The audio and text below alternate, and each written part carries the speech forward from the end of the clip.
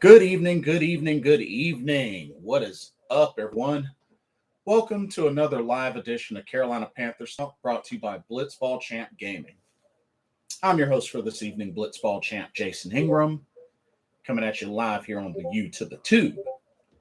So, it's official. Trade deadline is now passed. So, what next?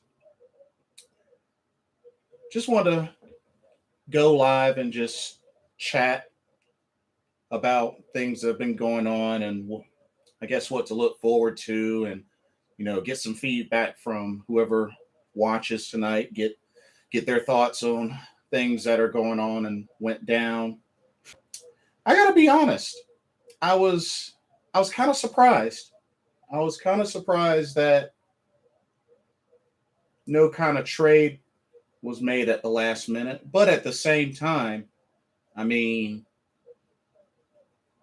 do we really have the goods to trade anything? I mean, I know we've traded away a lot of draft picks to get, certain players, but I mean, I would have loved for us to have made a running at trying to get some O-line help by way of bringing back Andrew Norwell, maybe consider Andre Willard, or even take a shot at Cam Robinson.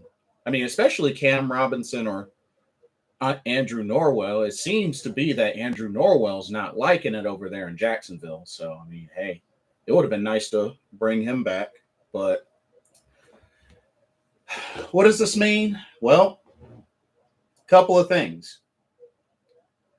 One, we're pretty much stuck with the offensive line that we have to at least the end of the season. Now, they did have some success last Sunday in Atlanta. And I know a lot of people are saying, yeah, it was against Atlanta. That's fine. I get it. But at the same time, one, it was a division game. Division games are never gimmies. And two, I mean, if that's the case, you have to look at it another way. We should have easily beaten the Giants, but we didn't. We got destroyed by them. So, us winning the O-line battle with Atlanta, not giving up any sacks or anything like that. I mean, is it that much different from the Giants just demolishing us? I mean, yeah, what may seem easy, but we should have easily destroyed the Giants. I'm just saying, you got to kind of look at it both ways. But nonetheless, we're stuck with this offensive line at least to the end of the season. So, I mean, the way I see it, I know we're expected to be getting folks like Pat Elflein designated to return whenever that may be. I don't know what the status is for John Miller to return. He was another one that was on IR. But I mean, we're hurting on offensive line. So it's just got to be one of those things where folks like Michael Jordan, Trent Scott, Brady Christensen, these folks are really going to have to step up and really, really shine. Cam Irving, they're going to have to step up and really hold it together for the rest of the season.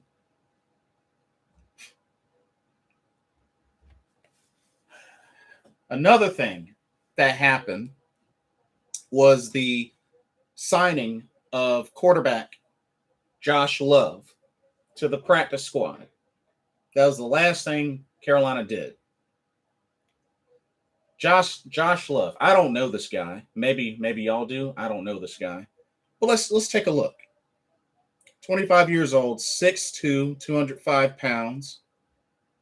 Undrafted quarterback out of San Jose State. was on the practice squad with the Rams. Or actually,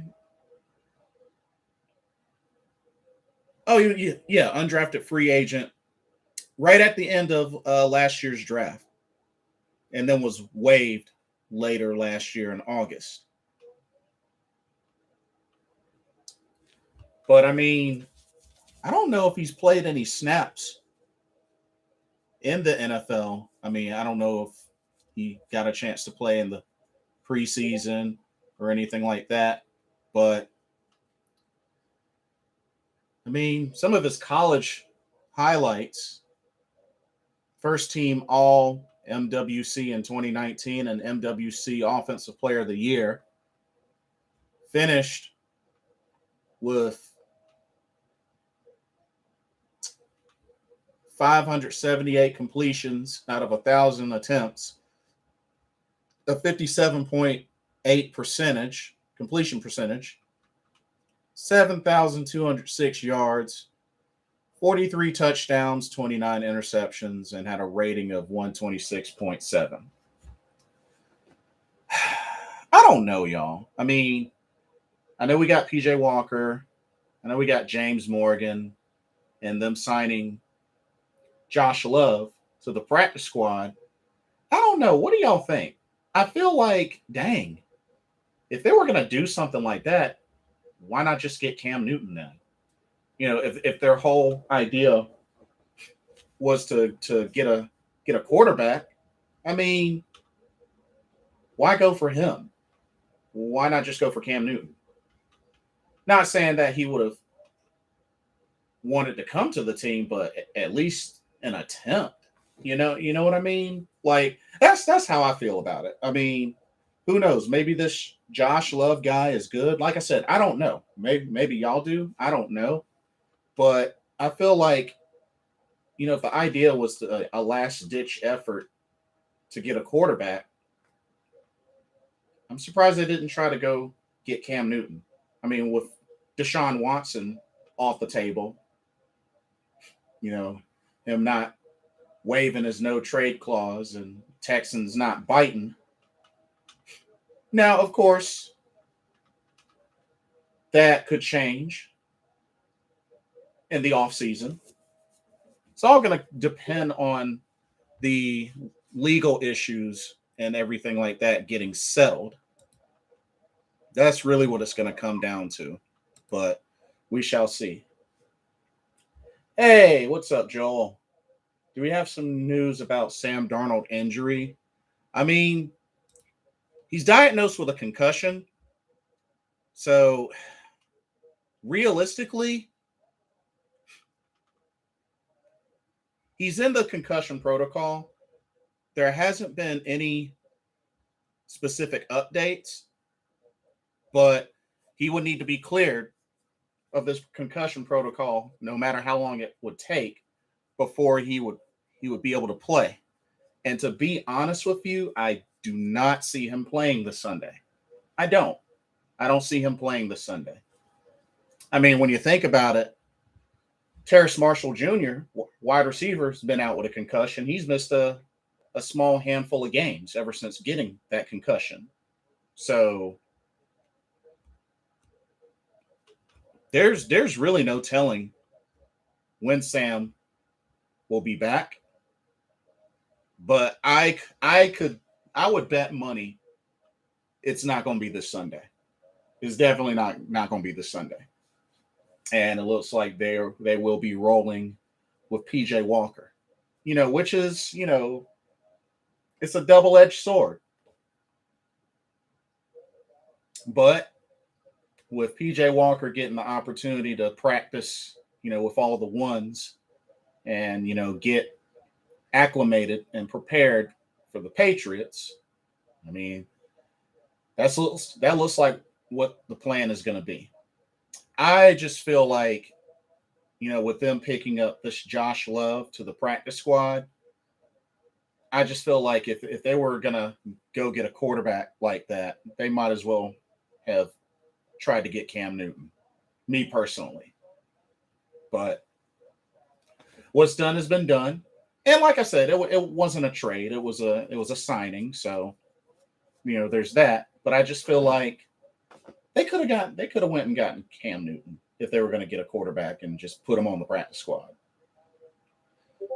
Anyways, I really feel like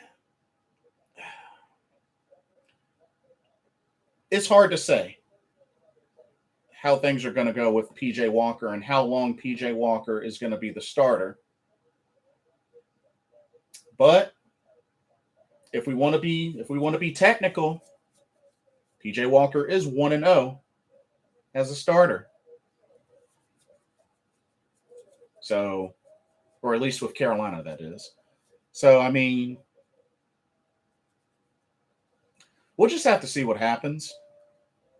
But I really expected some sort of medium-sized move to have been made by this trade deadline, and that didn't happen. So it's kind of a disappointment, but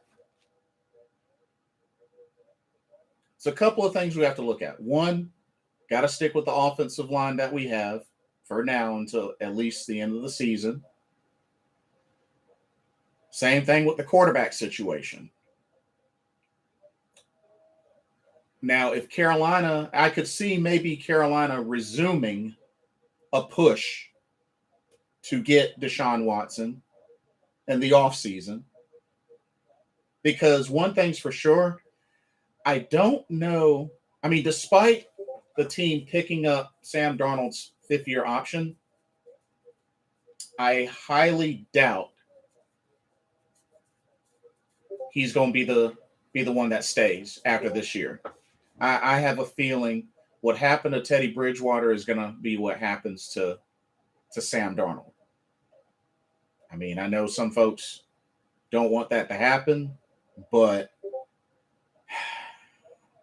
it's just too many negative variables.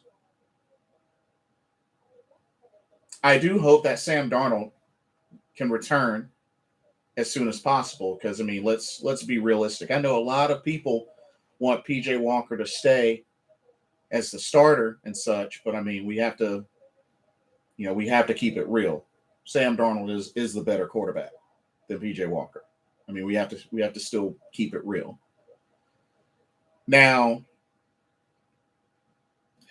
the running back situation. I feel confident that with a combination of Royce Freeman, Chuba Hubbard, and Amir Abdullah, if Christian McCaffrey weren't to come back, I think we would be all right. Yes, I understand we don't have a big power back, but what we did this past Sunday definitely worked and was useful, especially when the passing game really wasn't what shined in that Atlanta game. And after all, the offense is usually run first anyway. Now, of course, this week, this is the last year of the PJ Walker contract. That's a good point, Joel. That's actually a good point. That's a good point. So that's something to really keep in mind as well, which I do feel that it's very possible that Carolina may also draft a quarterback in the draft, along with a swarm of offensive line. But something tells me they're going to go for a big push for Deshaun Watson in the offseason. But this week, Christian McCaffrey is eligible to return. Should they activate him? Personally, I mean, let's look at what we got. So before the bye, we got the Patriots, we got the Cardinals, we got Washington, we got the Dolphins, and then we have the bye. If they do play Christian McCaffrey, I could see them doing sort of a limited role kind of sort of what they did with Stephon Gilmore in his Carolina Panther debut this past Sunday. I don't think it would be wise to overload him with carries. I feel like if they do play him, limit his carries to at least after the bye. Then, after the bye, which is going to be the most hardest part of the season for the Carolina Panthers, being that they still got to play Atlanta and the Saints one more time. They got to play the Bills, and they got to play the Bucs twice. So 100% Christian McCaffrey is going to be needed after the bye. So I'm not trying to say that, oh, you keep Christian McCaffrey out for these remaining games up to the bye. I'm not saying that. I'm saying if he's good enough and they play him this Sunday, limit his carries. Please limit his carries. There is no reason why they can't do that same rushing combo that they did in Atlanta against the Patriots. I don't know why they can't do that. Excuse me. Why they shouldn't be able to do that in this Patriots game coming up.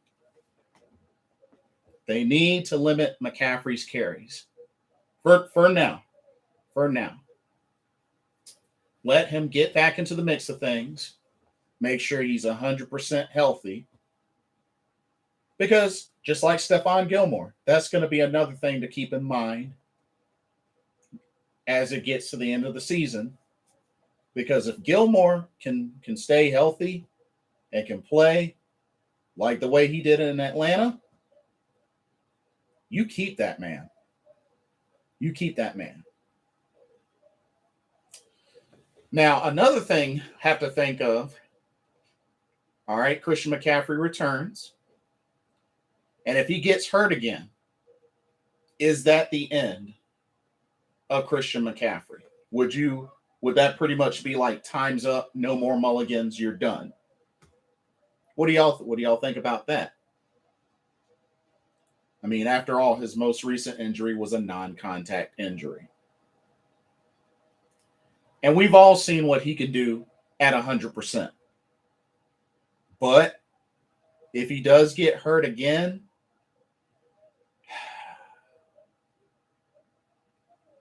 it's going to make folks question whether or not it's worth keeping him long term.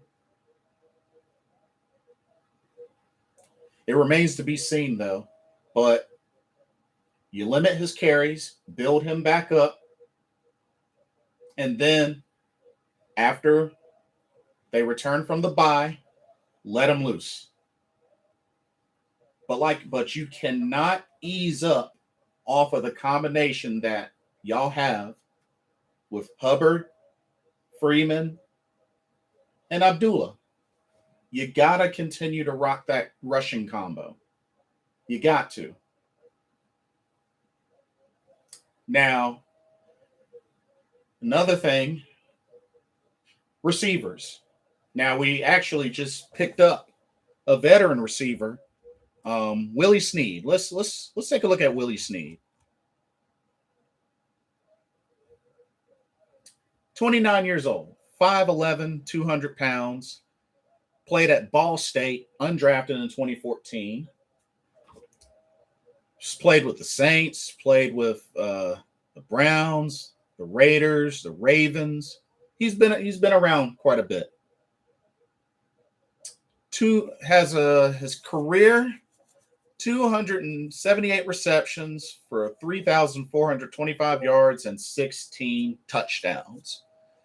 So it definitely looks like this is somebody they could pull in and activate that can do some damage. Even if it's a little bit of damage, he could do some damage. Maybe another speedster, sure thing, but at least he could do some damage. And for the most part, he's had a fairly healthy career.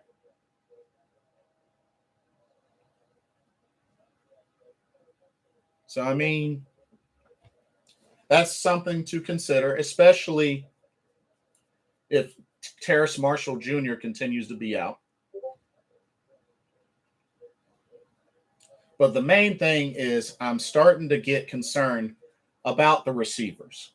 Because, like I said, in that Atlanta game, Sam did throw a handful of accurate passes, but the receivers were not making the catches. And we have the most drops in the league. I mean, it's not really all on Sam if the receivers can't catch, especially the good balls thrown to him. And let's not act like he hasn't thrown any good balls, because that Atlanta game is proof.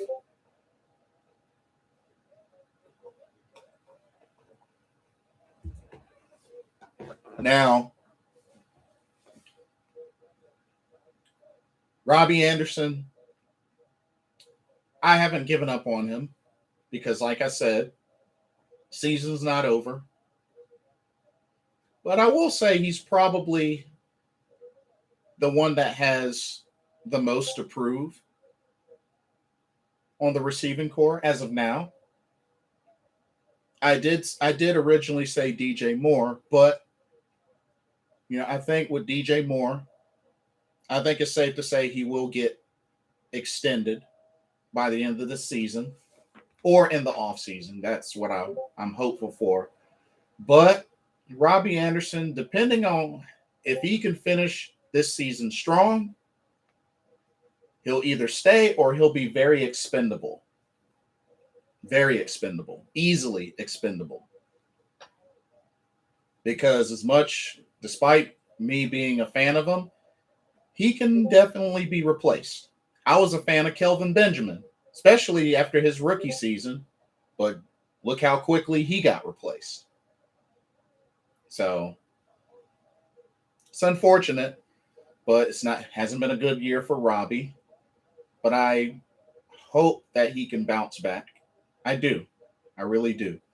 And I even hope that Sam, can return from this injury and bounce back. Remains to be seen. There's no telling how long he'll be out. Now,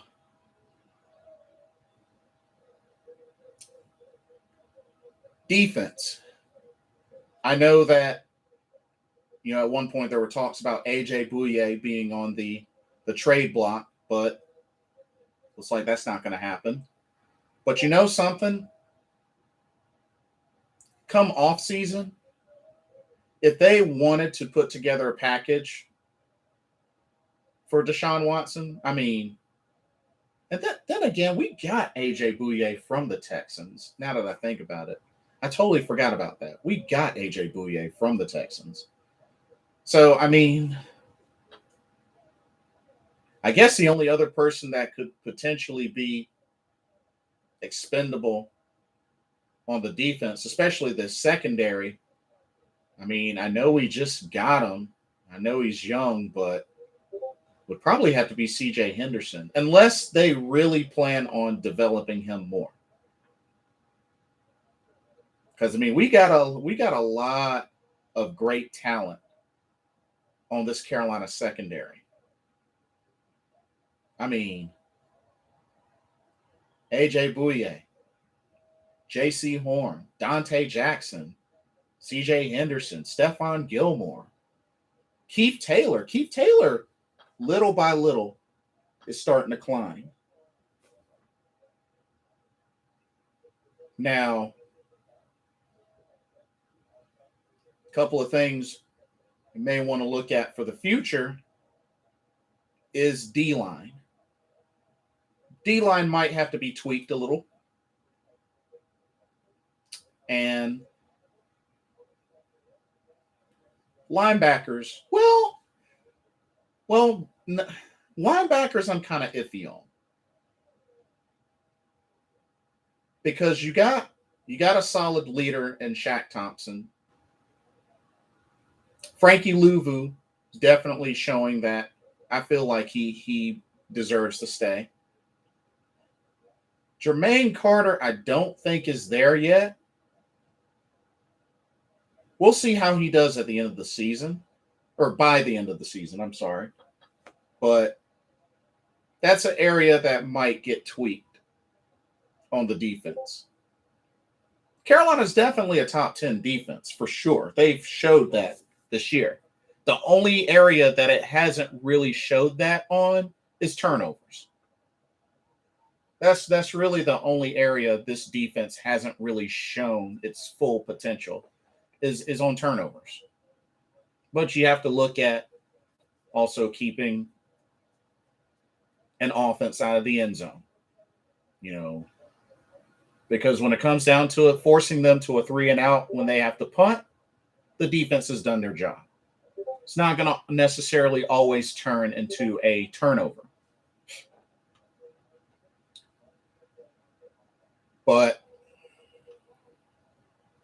And then there's also the idea of perhaps pursuing an Aaron Rodgers at the end in the offseason, because it's clear that he wants out of Green Bay. So there's some options there. And then there's also something to think about as far as, who's really going to be left as far as coaching wise. I mean, with all the rumors going around about Matt Rule and Joe Brady, I mean, I feel like Phil Snow is definitely a lock-in to continue. Matt Rule and Joe Brady, I'm not too sure. But we will see. But looking at the rest of the schedule, so like I said, Patriots, PJ Walker starting. This is going to be hit or miss. It's going to be hit or miss.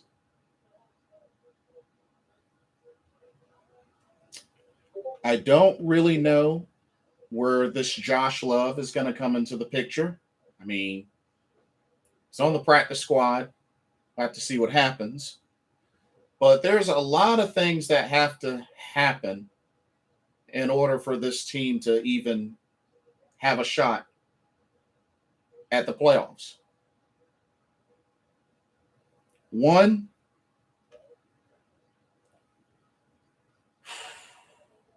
going to need McCaffrey back, because we all have seen how big of a factor that is when he's healthy. Two, we're going to need to get Sam back as soon as possible.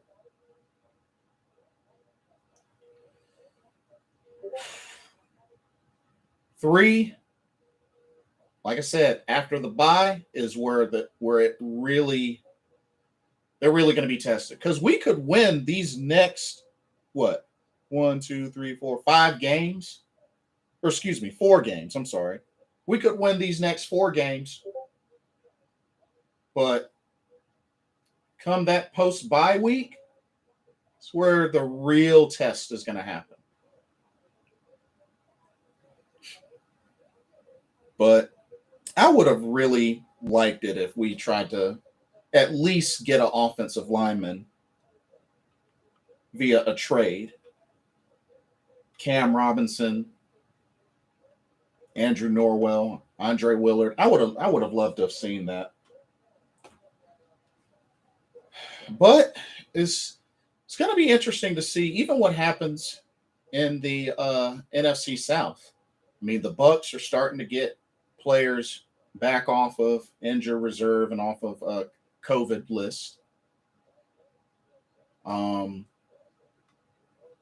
guessing it's safe to say the Saints are going to be rolling with Taysom Hill as their starter. I mean, I don't know what kind of moves they're going to make with Jameis Winston being out. I mean, I know we've already beaten the Saints once early this year.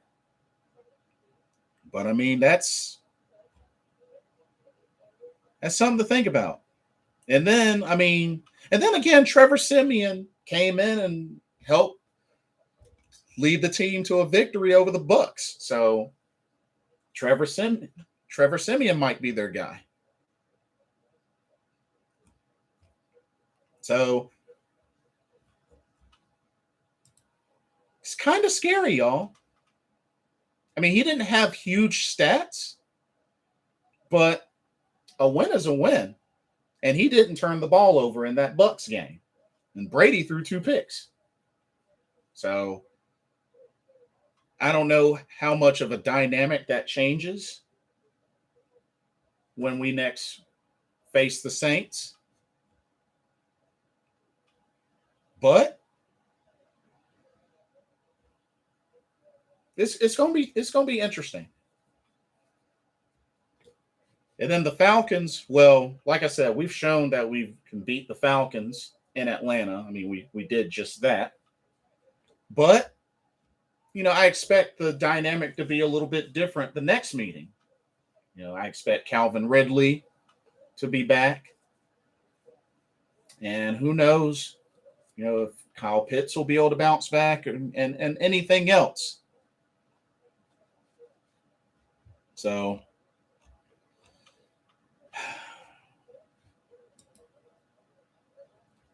it remains to be seen how perhaps Willie Sneed or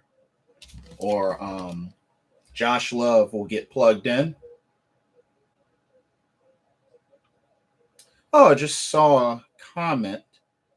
Sneed started with the from Mike Williams. Sneed started with the Panther. Wait, when was this? Did he really?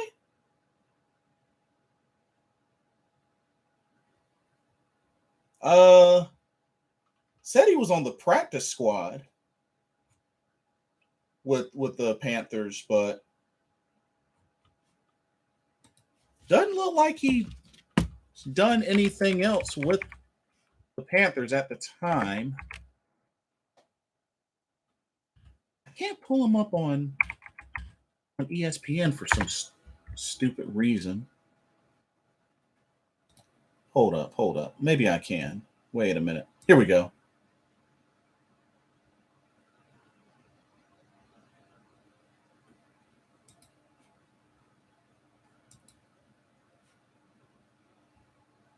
I mean, he doesn't have any stats listed for Carolina. So, he was practice squad. So, I don't know where he has started with the Panthers. That hasn't happened.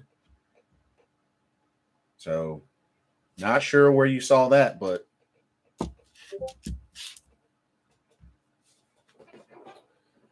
hey, what's up, Ace? OBJ is never going to get the ball. He got LeBron and his dad calling Baker Mayfield out. Oh, yeah, I heard about that. Oh, man. Yeah. See, this is another similar TO situation with OBJ. Great player, but dang, the dude is drama-filled.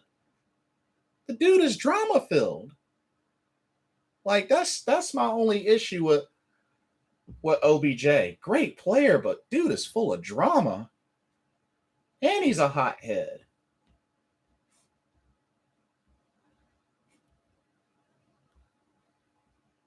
I mean, at one point, I would have loved to have him on the team, but that dude is a hothead. Great hands, but a hothead. But yeah, y'all, no trades or anything, and the trade deadline has passed, so we're stuck with what we have. I am curious.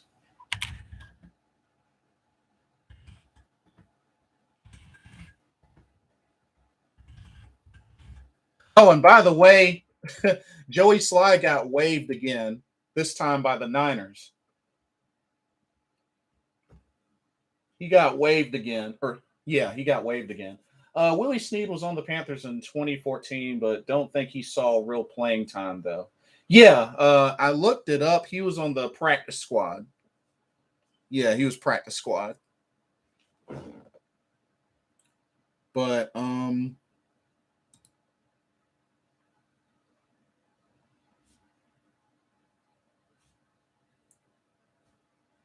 I know Von Miller, he just got traded.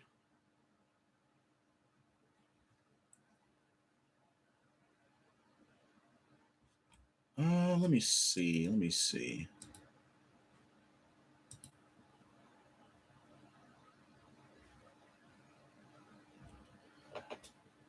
Oh, Nathan John, good to see you. See what you got. Glad we didn't trade. No need to. We aren't competing for a title this year, Blitz. Worry about moves in the off season. I'm kind of half and half on that. I'm half and half on that. And the only reason I say that is it's gonna depend on a couple of things. One, like I said earlier, it's gonna depend on Christian McCaffrey's return. Two, it's going to depend on the second half of the schedule post bye. Because I mean, we're 2-0 in the division. I know there are a couple of teams kind of beat up, but I mean, it might be a slim chance, but there's a chance. That's all I can say. It might be a slim chance, but there's a chance.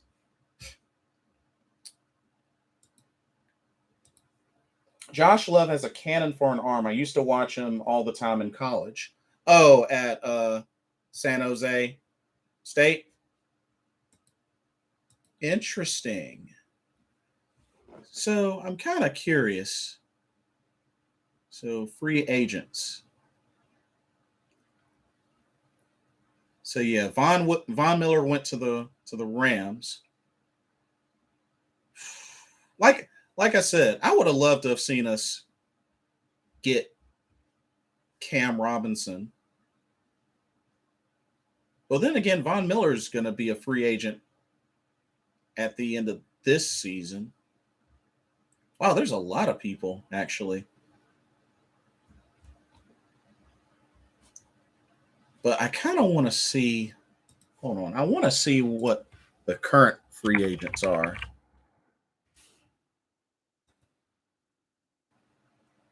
But Ace and Nathan John, let me ask y'all this. Being that we picked up Josh Love, signed him to the practice squad, do you feel like if they were going to do something like that, do you feel like they should have attempted to get Cam, being that they got a quarterback and put him on the practice squad? What are y'all's thoughts on that?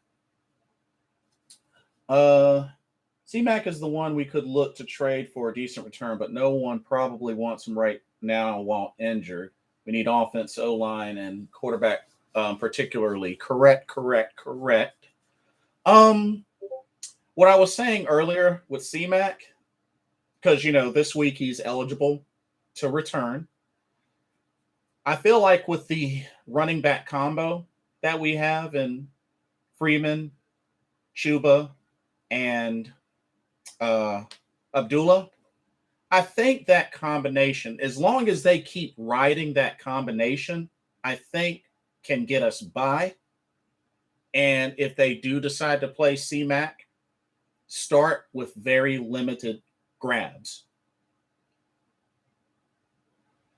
Limit his grabs up until after the bye, and then maybe turn on the Jets a little bit.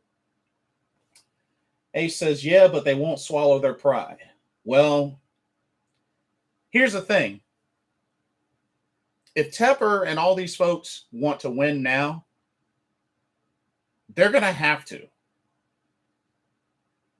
I mean, they're going to have to do some sort of move, whether it's out of desperation or whatnot.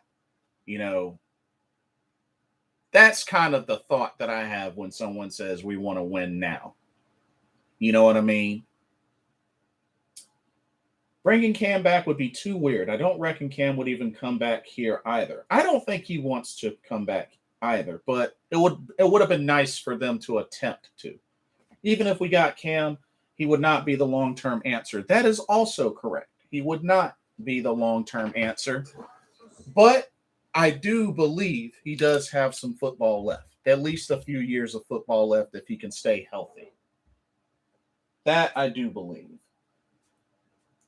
But I do have a feeling that they are going to make a big, ginormous push in the offseason to get Deshaun Watson. Because I can tell you right now, I don't think Sam Darnold will be Carolina's quarterback next year. I can't see it. Unless he makes the most incredible comeback and just lights it up, I don't see Sam Darnold being the guy for next season. I don't see it. I really don't. You know, it's unfortunate because it seems like Sam is, just like Teddy Bridgewater, a good guy, but so do I. Yeah. Tepper will go all out. It's up to Watson if he wants to come here, but Tepper will try. That's what I'm thinking. That's definitely what I'm thinking. Because Deshaun Watson has to think about it this way. Better quarterback and the weapons. But I think a big influence on his decision will be if we can fix this freaking O-line. I think that will better influence his decision to come to Carolina if we can fix this O-line. And I think it's safe to say to expect Mr. Tepper and Scott Fitterer to go in on offensive line in the offseason. But I really hope that it will be equal as far as some draft picks and some free agents, because you don't want a whole bunch of draft picks for offensive line. You got to get some veterans. You got to get some veterans for that O-line, some reliable veterans on that O-line.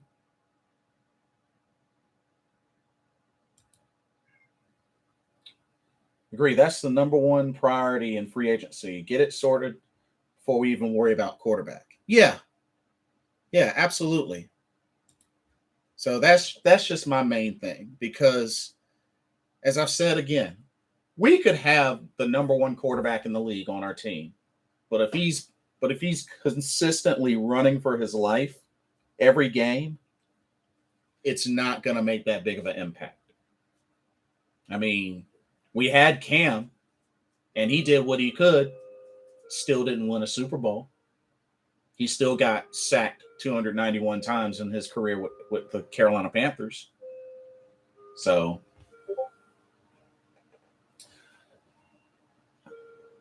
I said we should have traded for Orlando Brown last offseason. Wish we did. Would have a left tackle for the next 10 years. Well, yeah, I do remember you saying that. I don't know if you caught the earlier part of this, but I had mentioned, because I know you had said you were happy that we didn't trade. I would have loved to have see them go after Cam Robinson, Andre Willard, or even Andrew Norwell to strengthen this O-line. Because Norwell, you can tell he wants out of Jacksonville. He ain't happy in Jacksonville. I mean, I know Andrew Norwell, he's 30 now, but still very productive. And y'all saw what he did in Carolina. Cam Robinson, still young. Like, I would have at least made some sort of medium level trade of some sort for the O line. Remember when we first made a move for Deshaun before the allegations? He said he was willing to come here. I wonder what changed. Well, that's a good question, which I'm sure the Texans organization has something to do with that. But yeah, that's a good question. That's a very good question. Nathan said, or if we had drafted Rashawn Slater instead of J.C. Horn. I like Horn, but Slater has been one of the best left tackles in the league, and he's only a rookie. That's a tough one because that's a tough one. And the reason why I say, which you make a 100% good point, because Rashawn Slater has been tearing it up. He's been tearing it up. But you have to also remember we let James Bradbury go, which, thought was dumb. So, and we weren't going to rely on Troy Pride Jr. So, I mean, they went out and got JC, who has made an immediate impact when he was on the field. So, but it's tough. It's tough to say because I don't think any of us expected for us to get C.J. Henderson and Stephon Gilmore or even A.J. Bouye on our squad. So, yeah, it's weird. It's weird. With Henderson and Gilmore, Slater would be amazing. Yeah. I mean, it's funny you say that. Me and my brother were talking about Stephon Gilmore because he wanted Stephon Gilmore for the Eagles. He's an Eagles fan. He wanted Stephon Gilmore. And I won't ever forget that by the end of the day, I saw a friend of mine, shout out to Damog, had tweeted me that Carolina was getting Stephon Gilmore, and I thought he was trolling me. And then when I looked it up and I saw the ESPN update that we were trading to get Stephon Gilmore, I laughed so hard and just was talking mad junk to my brother. And then, of course, he was like, man, whatever, Gilmore sucks. We don't need him anyway. I'm like, you weren't saying that earlier. You weren't saying that earlier, but now that we're getting him, now he sucks. we like to do that to each other a lot. Yeah, JC was playing really good. Got him a pick. I believe what was it, the second game? Yeah. He actually got the game sealing pick. So yeah. And the Saints game. Yeah, the Saints game. He got the game sealing pick. Hey, what's up, Jack? Yeah, man, the Eagles are awesome. They had very little output after Hotel California, though. Well, they did win a Super Bowl. Oh, wait. Different type of Eagles. Wow. Good one. Yeah, I just caught myself. Had a dumb moment. You got me. But yeah, like, I don't know. Just okay. I also wanted to take a look at free agents. Not to mention, hold up. There was a particular post that I wanted to pull up that was talking about the reasons you've been eagled. Yep, you got me. You definitely got me. There's an article I wanted to pull up. Let me see if I can come across it. There's a very specific article. Here we go. Articles.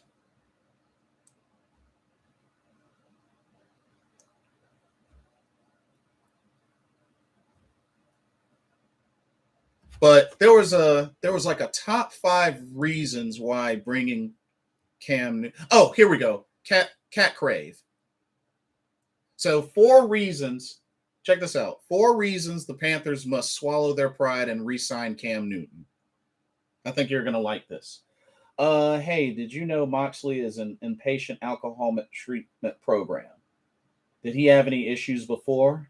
I don't know, but he's an author now. His book just came out a day or so ago.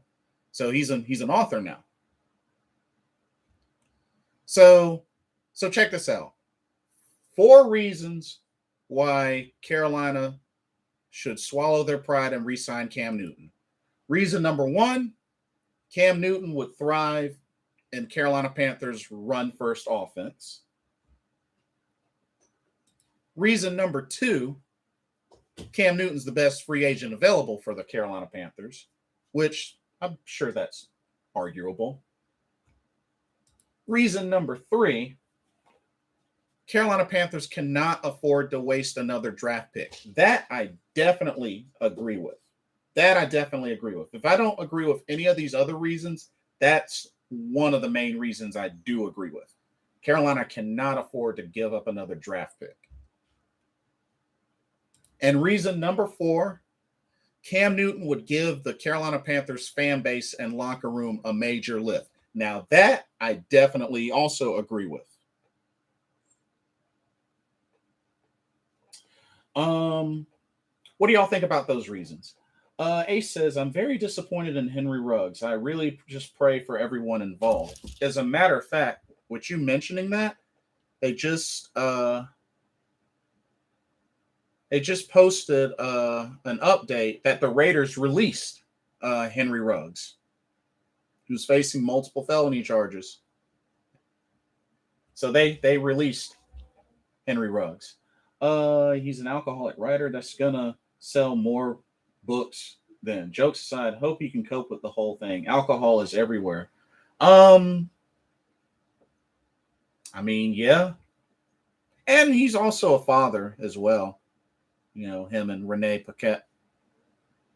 I was trying to, it made me kind of wonder, like, if he really had gotten much time out to be with his daughter, but not sure. But yeah, y'all, what do y'all think of those reasons about Cam Newton and why the Panthers should swallow their pride and sign him? As a matter of fact, I wonder if I can post the link here.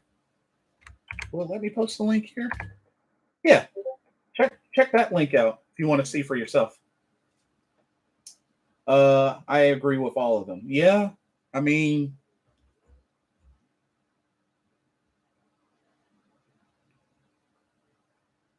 because here's the thing. Going back to Sam Newton. Or not Sam Newton. Why did I say Sam Newton? Wow, it is late. Sam Darnold. Something that we have to think about. Now, what is this? This is Sam Darnold's what? 4th year in the league? Fourth year. Now, unless, like I said, when he returns from injury, whatever week that may be, some way or another, he's going to have to ball out.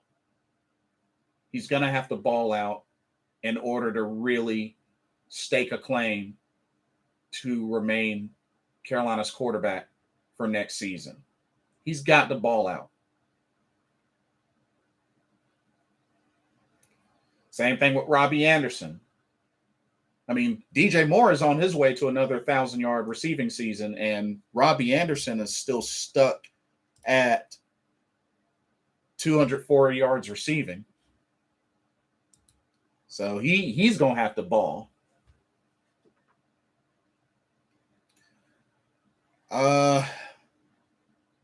Terrace Marshall Jr. Did we make a mistake?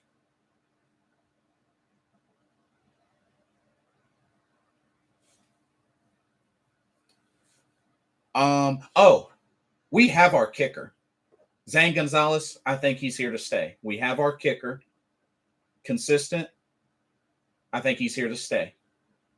Zane Gonzalez, salute to you. I think he's here to stay. I think we got to keep him. We got to keep him.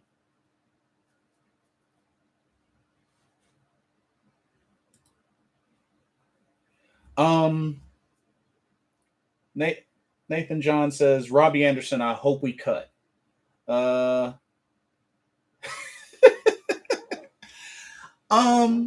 still pulling for him, bro. I'm still pulling for him. Only because he didn't have 1,000 yards receiving until he came to Carolina. So I'm pulling for him. I'm pulling for him. But it could happen. Could happen, Nathan. It could happen. But I'm still pulling for him. I'm still pulling for him. Ace says, I knew Sam was going to get hurt. He slides way too late instead of playing it safe. I mean,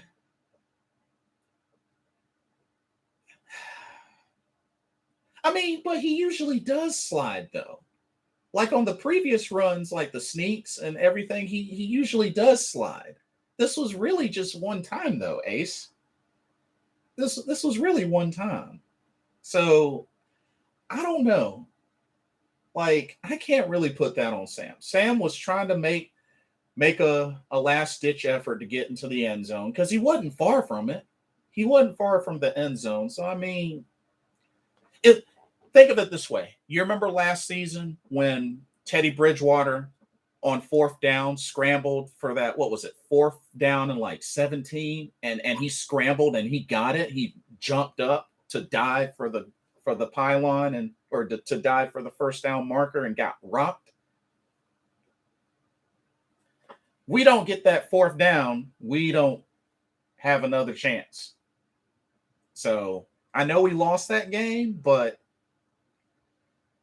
I can't put too much on Sam. I mean, it was a bummer that he didn't slide, but I can't put that on him too much.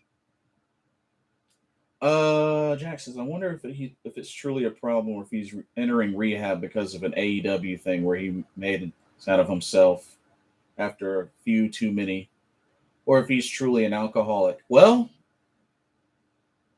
it remains to be seen. Who knows? Maybe he hung around Hangman Page too much.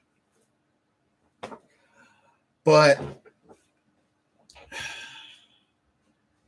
I'm trying to also think. Our offensive line that Falcons game. Yeah, Michael Jordan, Brady Christensen, Trent Scott, Taylor Moton, Matt Paradis. I think that was the lineup. Or actually, maybe some Cam Irving. I think Cam Irving returned. I think Cam Irving was in there instead of Brady Christensen. But I mean, I don't know, y'all. Do you roll with that O-line going forward? Do you roll with that O-line going forward? Okay. Irving did play. Okay.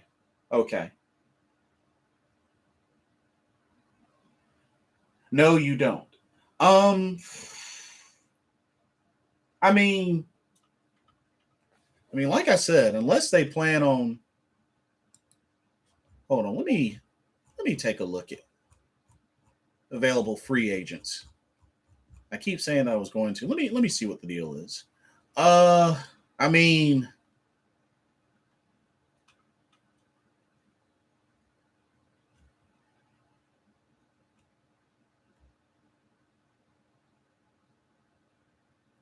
if we're talking tackles, I mean, Marshall Newhouse would have been nice, or a Mitchell Schwartz. I can't really say Russell Okung because the dude can't stay healthy.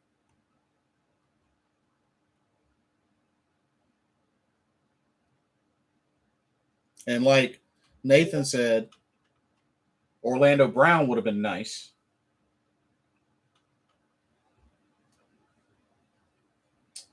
It's a bottom 3 O line in the league. It's horrible. It is. It is. It is.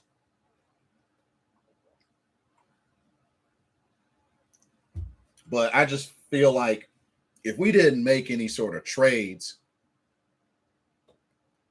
I just don't know. Because we didn't trade for any O line.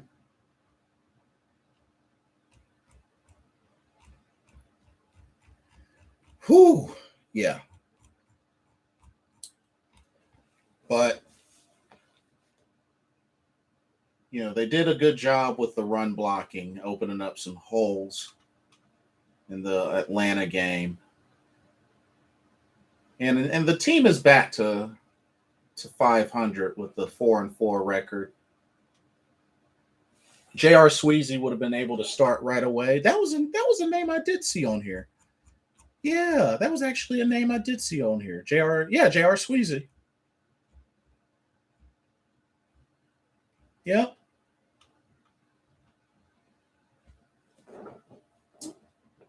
But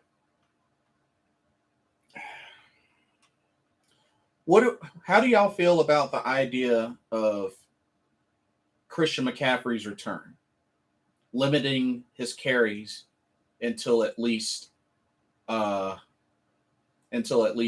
the bye? Dwayne Brown out of contract. Dwayne Brown. That name sounds familiar. That name sounds familiar. Guard, right?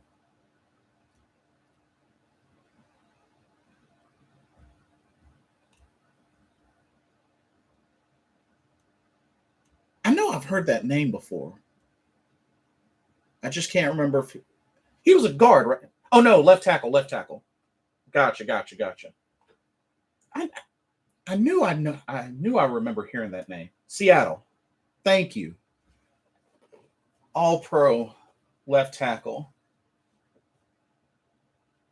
And I mean, if we also want to be honest, this hasn't been a great year for Taylor Moton. And of course, we franchised him and then gave him the big extension. So, I mean, Taylor Moton, this hasn't been his best season so far.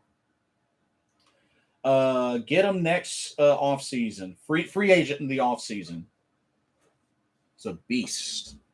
I'm kind of curious. How many years has he played so far?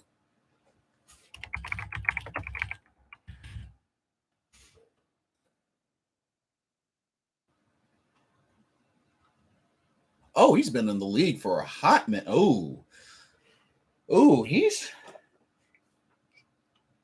kind of up in age. Came into the league in 08. But I mean, if he's still playing at that level, I mean, you can't overlook that. But he's getting up there in age, bro. He's getting up there in age. 2 or 3 year deal. I mean, shoot. I mean, if he's been known to stay healthy, then I don't see why not. Just like you said, a 2-3 year deal. We can develop someone behind him. Ace says, I was thinking CMC gets like 20 carries. Yeah, probably something like that. Maybe I don't know, maybe a little less. Or it could be something that they have him in as a receiver with a Chuba Hubbard or a Royce Freeman in the backfield. That's another thing they can consider doing. Slot out CMC. That's something to think about to ease his way back in. But yeah, like I am a little bit nervous because we have to remember CMC's injury was a non-contact injury. So I'm a little nervous, but at the same time, we all know what a 100% CMC can do. And if there's any chance of a playoff push, CMC has to be a part of it. Has to. And then Chuba and Amir gets the rest. Yeah. Yeah. I mean, they got a nice combo there. Now, I got a question for y'all. In the off season, would you invest in a power back? Because I know power back, I keep hearing that quite a bit throughout the season. You think Carolina should invest in a power back? I mean, I know we're a little bit off topic, but I wanted to give y'all a chance to kind of talk it up and say what's on your mind. So by all means, feel free. But what do y'all think about the idea of a power back? I'm trying to think. The last power back we really had was Jonathan Stewart. But now when it comes to power backs that we've had in the history of the Carolina Panthers, I still think one of the best ones to this day was still Stephen Davis, but that's just me. Chuba would be our power back. You mean not Royce?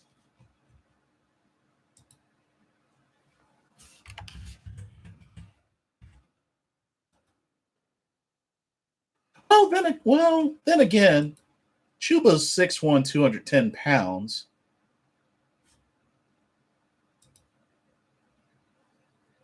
Well, actually, I mean, I don't know. They're similar. Mike Tolbert. Well, I mean, he was a fullback though. But that's a good one. I just figured he was mainly a fullback. But Royce Freeman, 6 feet tall, 238 pounds. I mean, not. I mean that's a fair argument. Ace says, did you hear about Tepper and Matt Rule call Christian McCaffrey about the trade rumors because it seemed like he was upset about the rumors? I've heard a couple of different things. I like one of the things I really heard was that they kind of shot down rumors about him being in a trade package for Deshaun Watson. I've heard about that, but anything else? No, I haven't heard that. Chuba has a body to grow into. He's going to be huge in a few off seasons. Well, right now he's the team's leading rusher. So, I mean, that's, of course for now. But, I do definitely think that Chuba Hubbard gets a few things cleaned up and he can turn into something, He's a patient running back, but I think he could, at the right given time, could blow up and just keep his production up, allow him to grow. Like you said, injuries really hurt Jonathan Stewart's career. This is true, but still one of our top leading running backs, especially yardage wise. But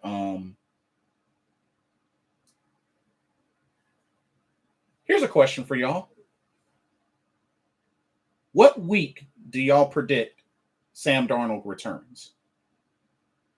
And do you believe that PJ Walker can fill in and be successful until Sam Darnold returns? That's a hot question for you. When do you think Sam Darnold returns? And regardless of what week that is, do you believe PJ Walker can carry the load and be successful in his absence? Ace says week 11. Ooh, week 11. So he would return for the Washington game. Okay. So 2 games. Joel agrees. 2 games. So week 11. So week 11. Okay.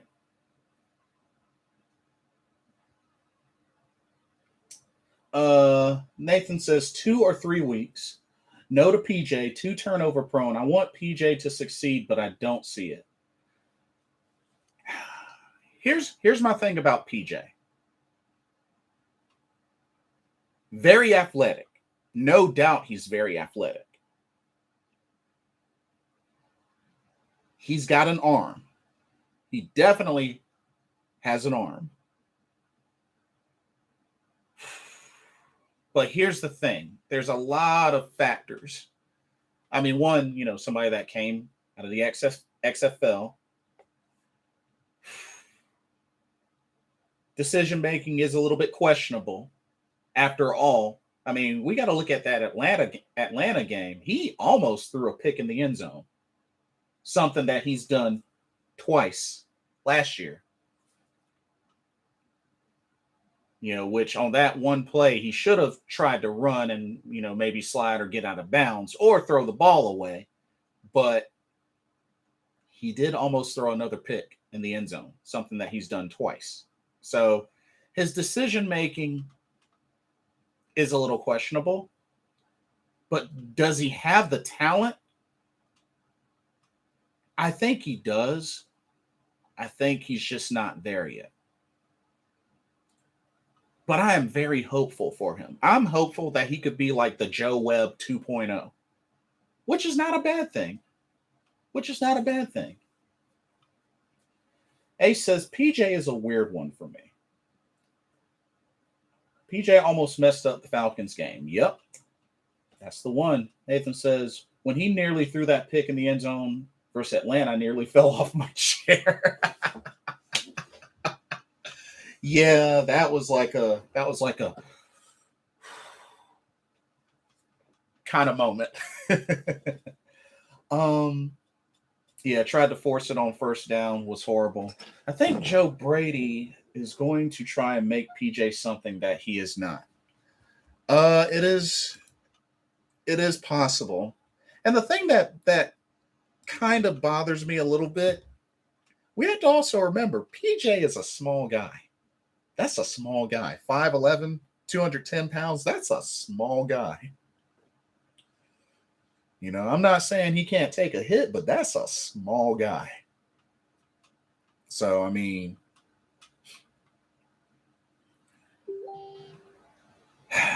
it's tough. I do hope the best for him. If he comes into this Patriot game and just kills it, you know what? That'll add a couple of points to my convincing of him. But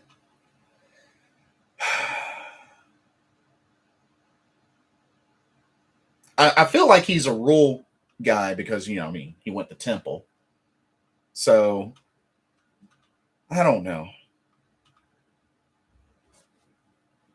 And like I said, not sure where Josh Love will come into the picture or even James Morgan. And James Morgan's kind of a big guy, 6'4", 229 pounds. So, yeah. But, yeah, nothing happened. The trade deadline, a lot of craziness. I mean, Von Miller going to the Rams, Deshaun Jackson being let go.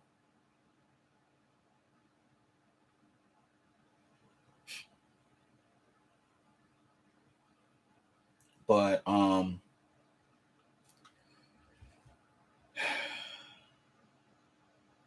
remember there were a couple of names. I remember checking out Keep Pounding TV. Shout out to Big Cat, Ray Palbone, Unk, Twandon, the whole crew over there. I remember Big Cat mentioned a couple of quarterbacks. Case Keenum. What do you say? Case Keenum, Tyrod Taylor, Cam Newton. Thought there was a few others that were mentioned. Oh, Garoppolo, Jimmy Garoppolo.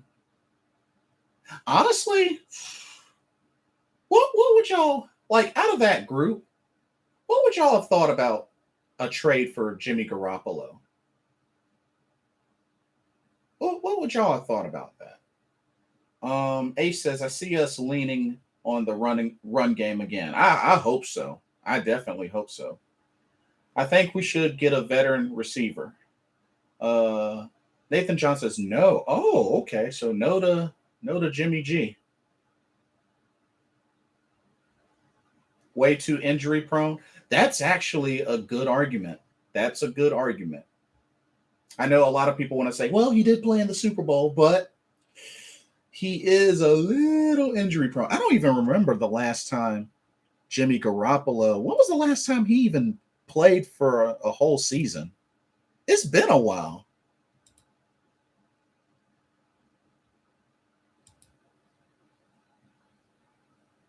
Oh, he hasn't. Y'all, he hasn't played a full season. He's only played a full season once, and that was 2019. Yeah, Jimmy, which I mean, I know he was a backup in New England, but he's only played a full season once, and that was 2019. Had decent numbers too. 329 of 476 for 3,978 yards, 23 touchdowns, 13 interceptions. Got sacked a bunch. He got sacked 36 times in that season. But had his, best, that was pretty much his best season. And I mean,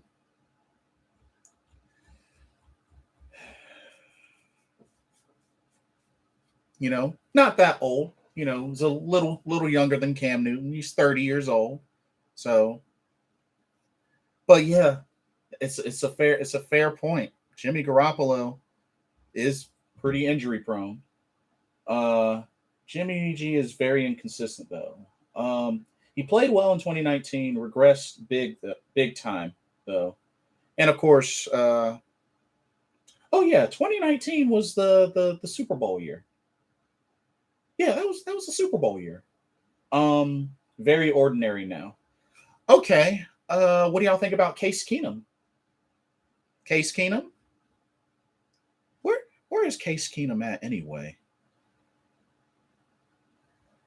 Is he still with the what you call it, Vikings? He's kind of bounced all over the place. Cleveland. Wow, I was way off. Thank you. I was way off. Dang, I was way off. He's a little older. 33.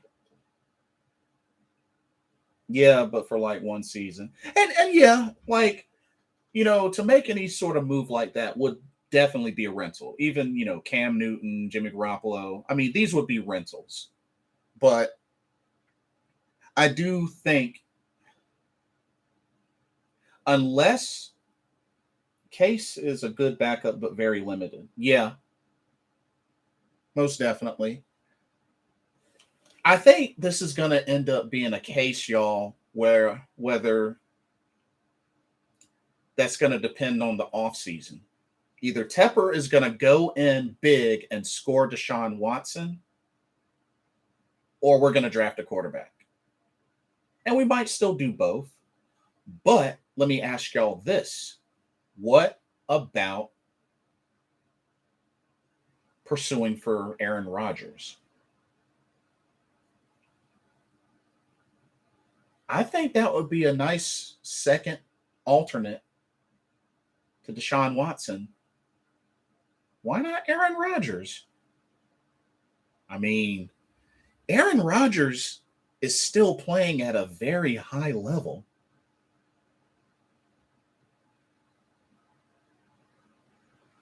Oh, thank you, Ace. That was who I was missing. Marcus Mariota. Marcus Mariota. That's honestly that's probably not a bad idea. Mariota could probably work.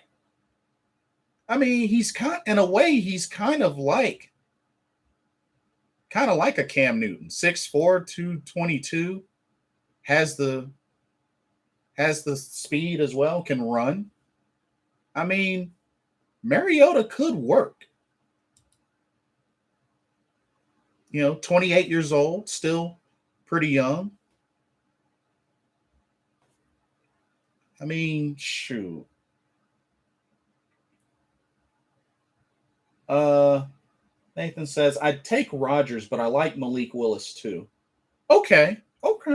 That's Malik Willis. That's is that the guy from Liberty?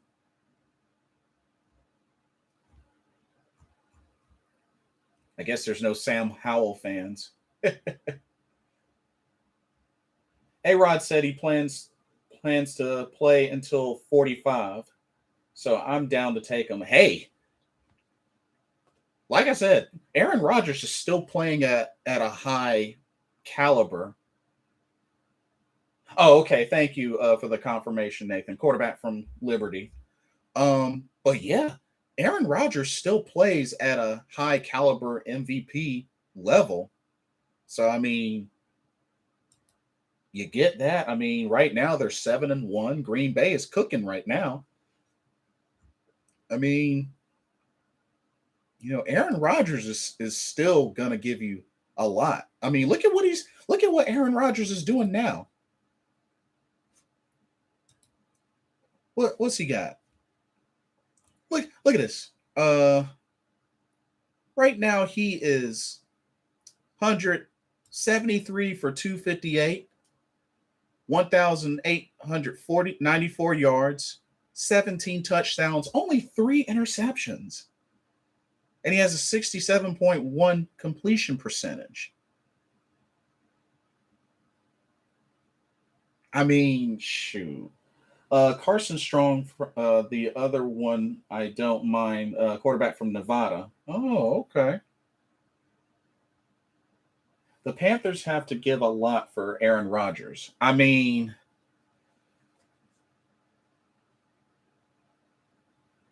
I think Carolina could do it.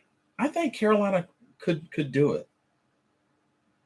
I think the only thing it really comes down to is age. Do you want the proven Super Bowl quarterback, or do you want a young top 5 in Watson? I mean, there's really no ginormous negative between those two quarterbacks. Well, let me take that back, because it's going to come down to Deshaun Watson's legal situation. But at the same time, Roger Goodell said it himself. Right now, there's no proven evidence. There's not enough information for them to suspend him or put him on the commissioner's exempt list. So, of course, that can change in the offseason, but either way, it's going to be a risk. Ace says Malik will not fall to us, but Sam Howell or Spencer Rattler might. Rodgers would cost less than Watson, I think. I'd take him for a couple of years for sure. Yeah. Ace likes Carson Strong as well.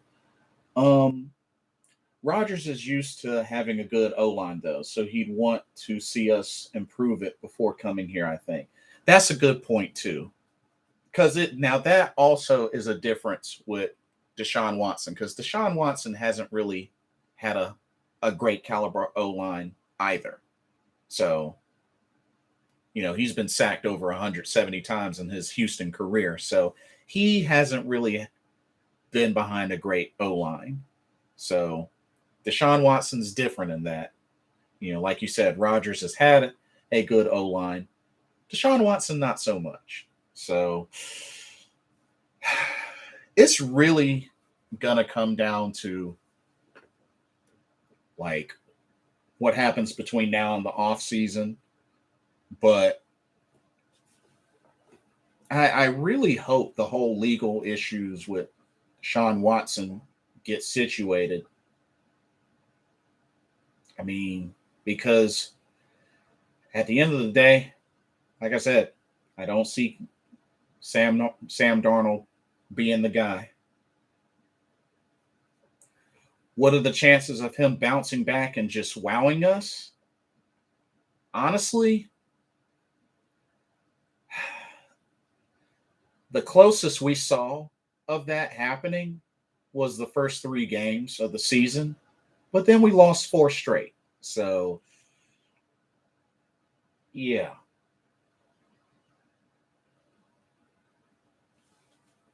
I wanted to have some hopes for Sam Darnold, but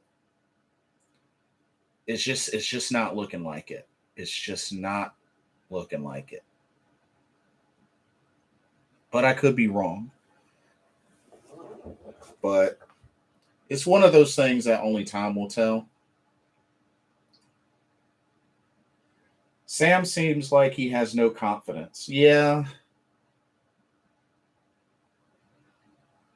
I feel bad for him in that Atlanta game because he was throwing some great balls, but receivers weren't doing their part.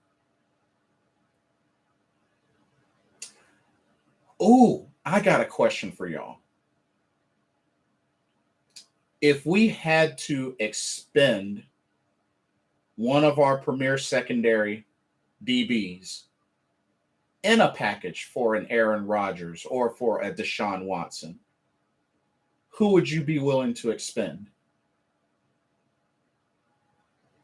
I'm kind of curious to get y'all's thoughts on that. Who would y'all be willing to expend to give away in a package?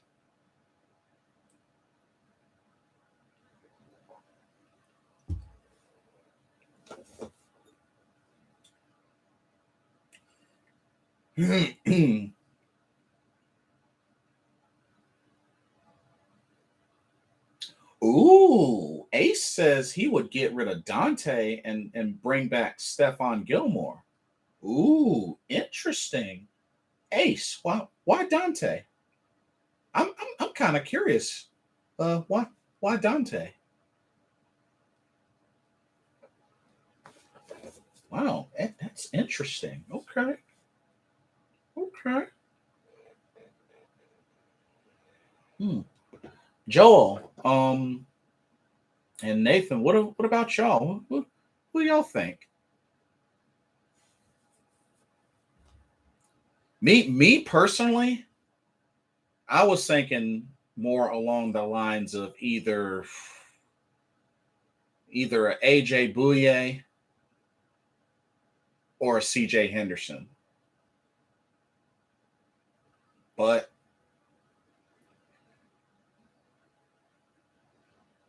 I don't know.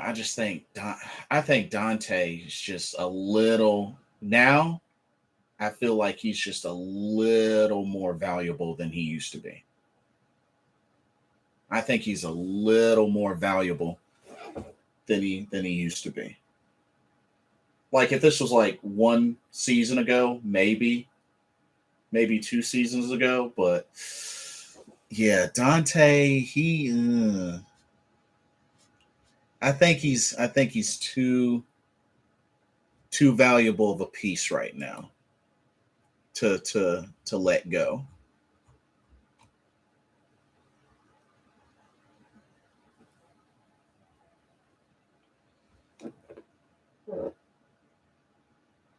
I will say that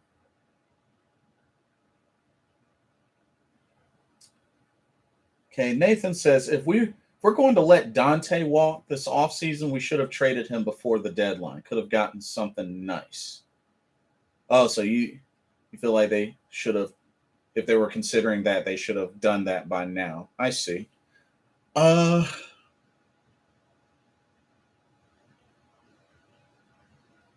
I mean,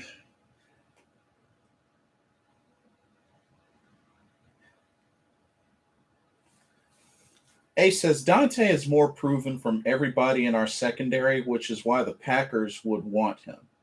Gilmore is a all pro corner, a one in a generation type cornerback. This is true.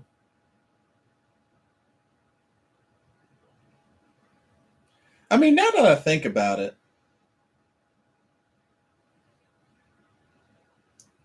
You take out Dante.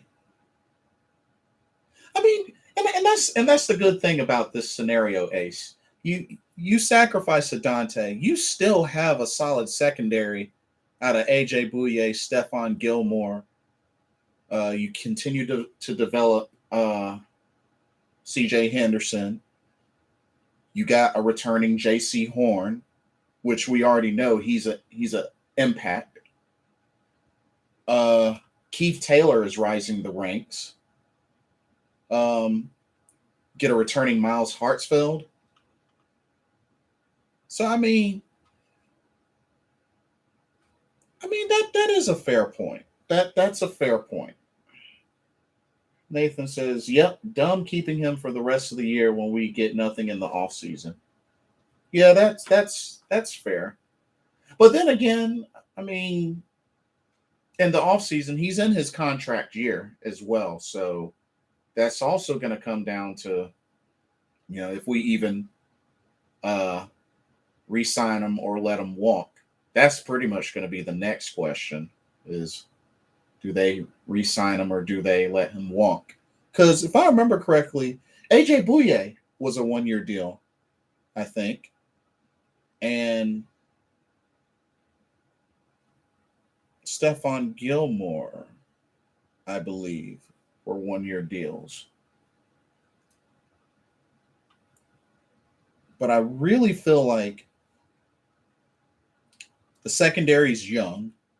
Like I said, pretty much the older guys are Stephon Gilmore, AJ Bouye, he's 30, and Rashawn Melvin, he's 31.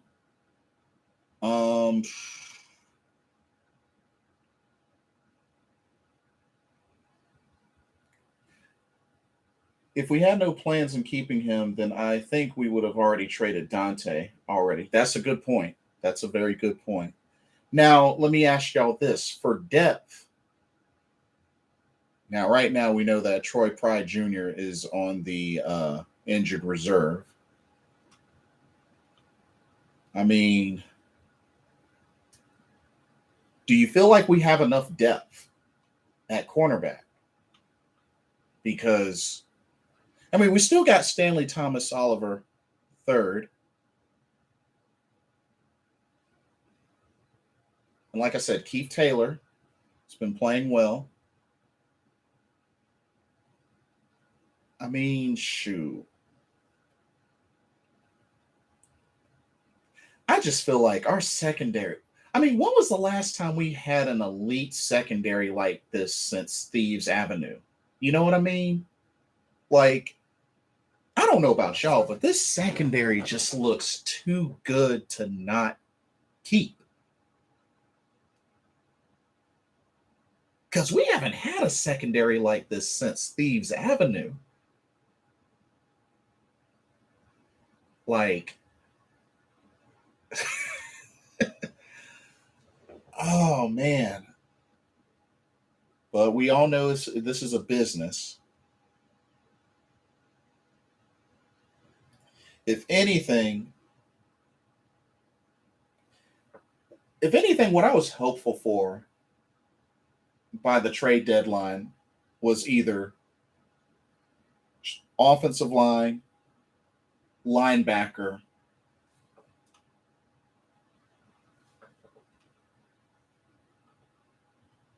and maybe DT. Because I don't know. I feel like right now, just looking at what we have, now that this trade deadline is over, looking at what we have, I feel like our weak points on offense are O-line, quarterback, and to be honest with y'all, I think we're going to have to say wide receiver because of the drops, because we lead in drops. Those are the three main problems of the offense right now: quarterback, offensive line, and wide receivers because of the drops.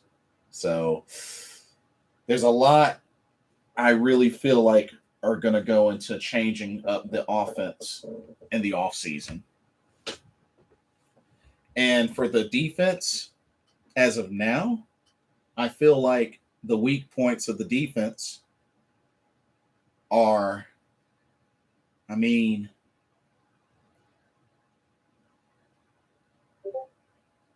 there's a little bitty hole in the linebackers, only because I'm not convinced that Jermaine Carter is ready yet. I like Shaq. I like Luvu. Jermaine, I'm just not sold on him yet. I'm not sold on him yet. I hope that changes, especially before the end of the season, but I'm not sold on Jermaine Carter yet. Ace says, yeah, that's why I wanted to get Allen Robinson. Oh, yeah, Allen Robinson. Yeah, he would have been a good pickup. He would have been a good pickup.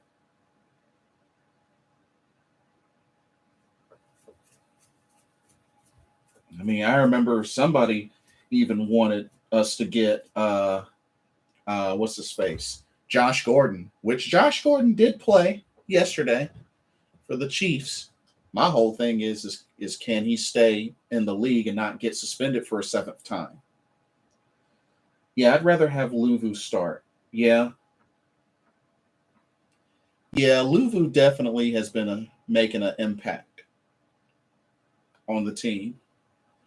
And I think the other hole is D-line. I hate to say it, but we really have not been getting a good interior push on the pass rush.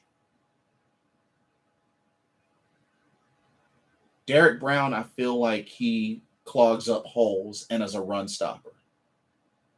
Daquan Jones, kind of sort of the same thing. The edges, I think, are fine. Having a combo like Brian Burns and Hassan Reddick, perfect. But I feel like that interior on the D line needs some tweaking. I think it needs some tweaking. You continue to develop Derek Brown, because, like I said, he's a hole clogger. He's definitely a hole clogger. Daquan, I don't know. I don't know how y'all feel about Daquan Jones on the D line, but I think we drafted a DT in the draft. I believe it was Phil Hoskins. It was Phil Hoskins, which I don't know if he got some. I don't know if he got in the rotation this past Sunday. I want to say he probably did, but I'm not too sure if he got in the rotation. But I mean, I feel like those are really the only two holes on the defense, are at linebacker and on interior D line.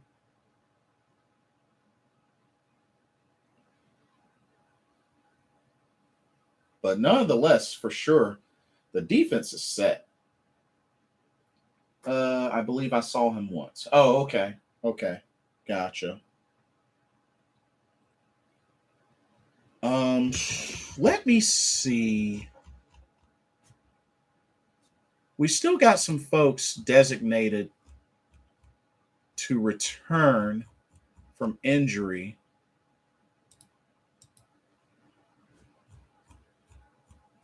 As a matter of fact,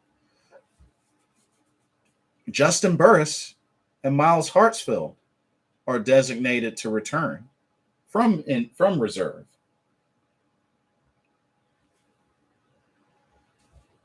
So getting Burris back will help, and Hartsfield will help.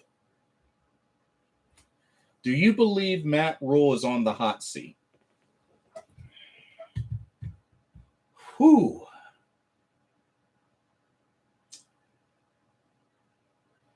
I'm going to say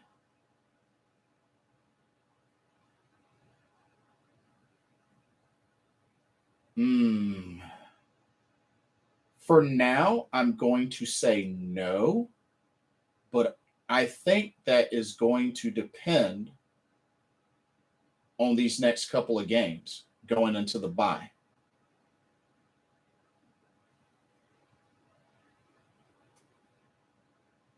something tells me I think Tepper is going to give Matt Rule one more year, regardless of the outcome. I just have that feeling he's going to get one more year, regardless of the outcome.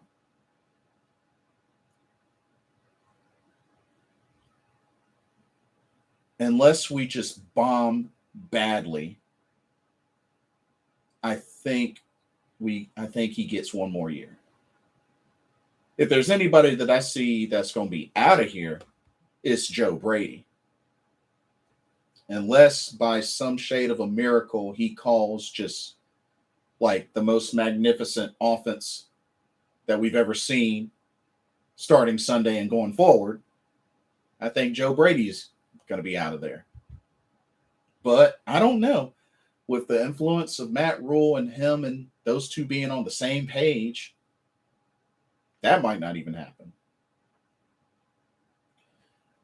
I think we get a respectable 7 wins, which is improvement. It's a little bit of an improvement.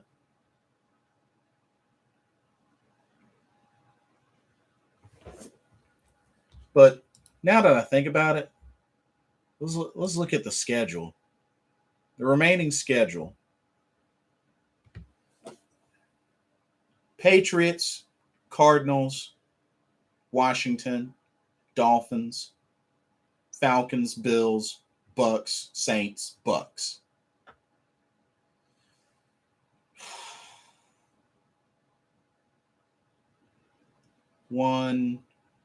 Let's see, we're 4-4 right now.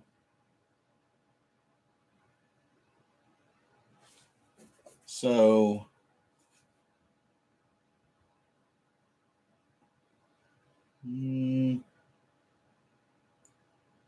five. Nathan John says lots of L's. Oh man. Well,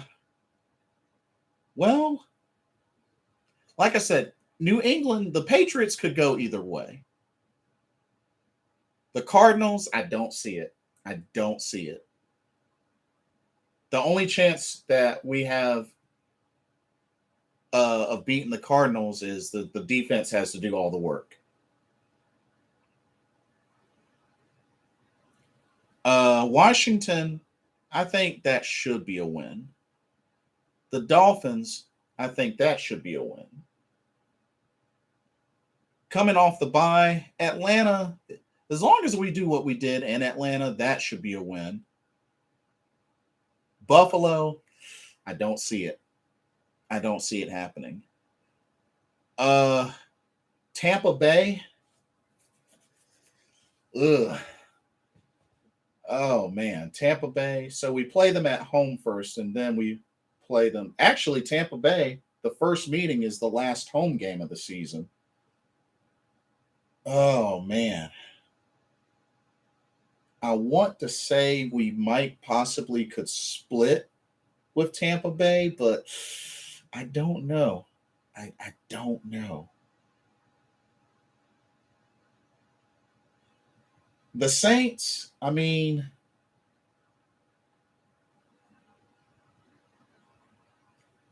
I don't know, y'all. Like, I think the best case scenario,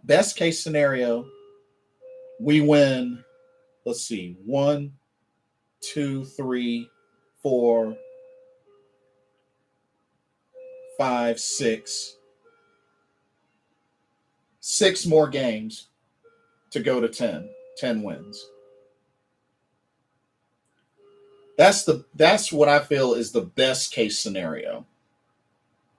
Because, like I said, I know deep down for sure I don't see us beating Arizona. I don't see us beating Buffalo. And I don't see us beating Tampa Bay.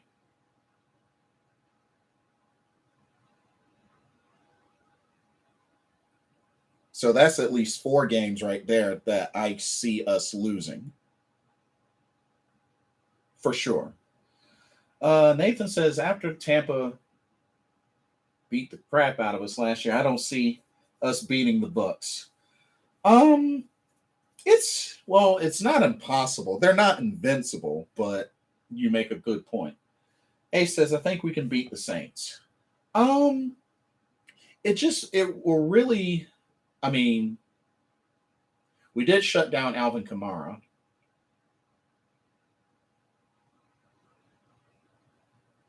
And they still have no Michael Thomas, right? They still have no Michael Thomas. He didn't bounce back, did he?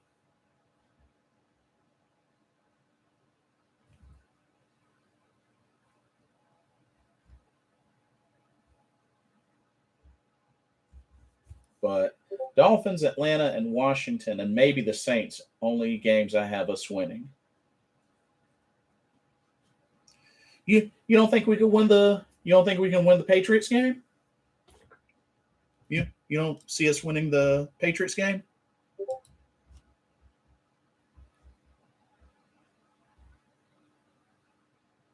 Thomas hasn't played a game yet. Okay, that's what I thought.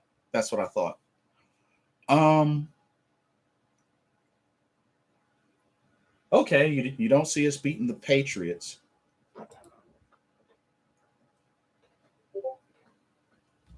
And technically they are second in the AFC East.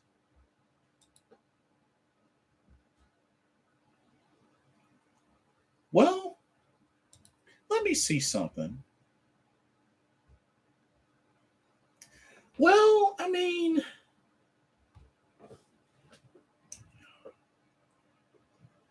let's see. Bill Belichick lives for inexperienced quarterbacks. He will shut down our offense big time. Well, here's an argument for you, Nathan. Here's an argument. You have to look at who they've beaten. They've beaten the Jets twice. They've beaten the Texans. And they've beaten the Chargers. I mean,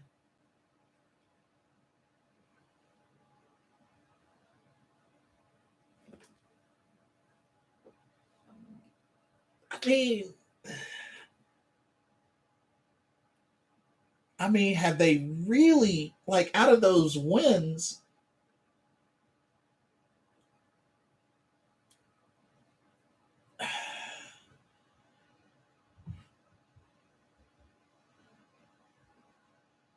Oh yeah, Justin Herbert's definitely good. I mean, shoot, wasn't he offensive rookie of the year last year? Yeah, Justin Herbert's definitely, yeah, he's a real deal. But I mean,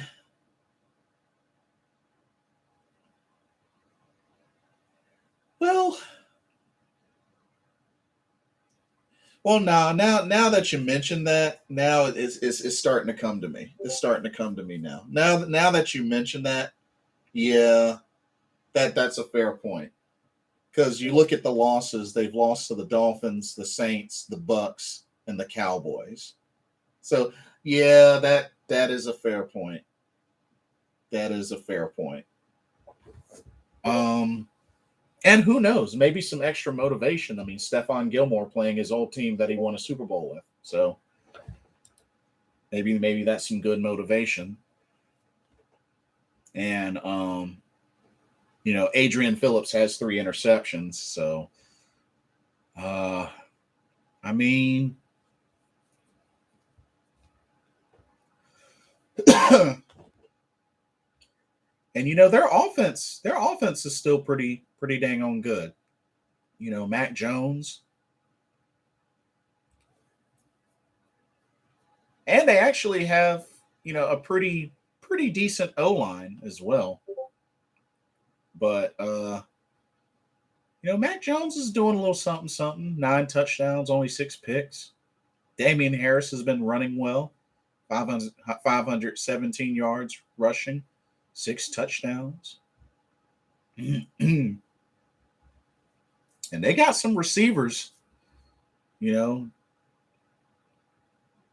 Dang, they got Hunter Henry and Jonnu Smith? Geez. Wow. I just now realized that. They got Hunter Henry and Jonnu Smith and Nelson Aguilar. Ooh.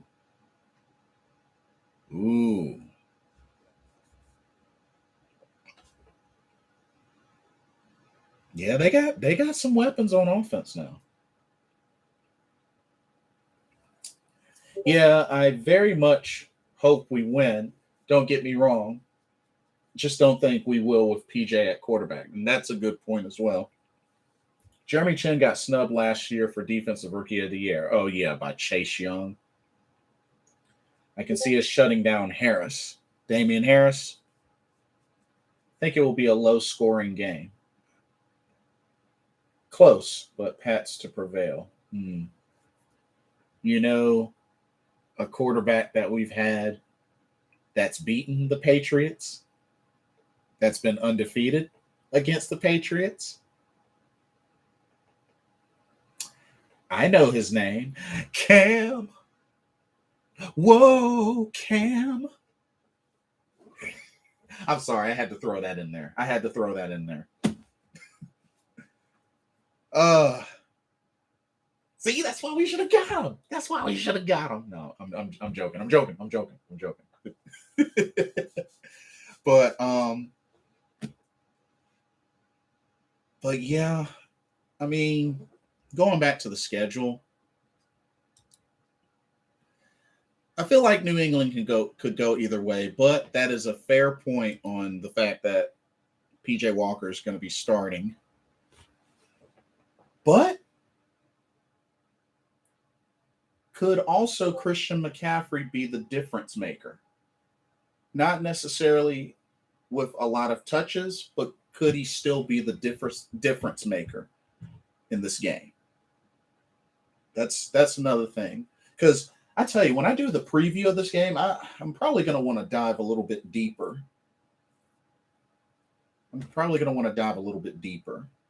But, how much of an impact Christian McCaffrey's return will it be, even with limited carries?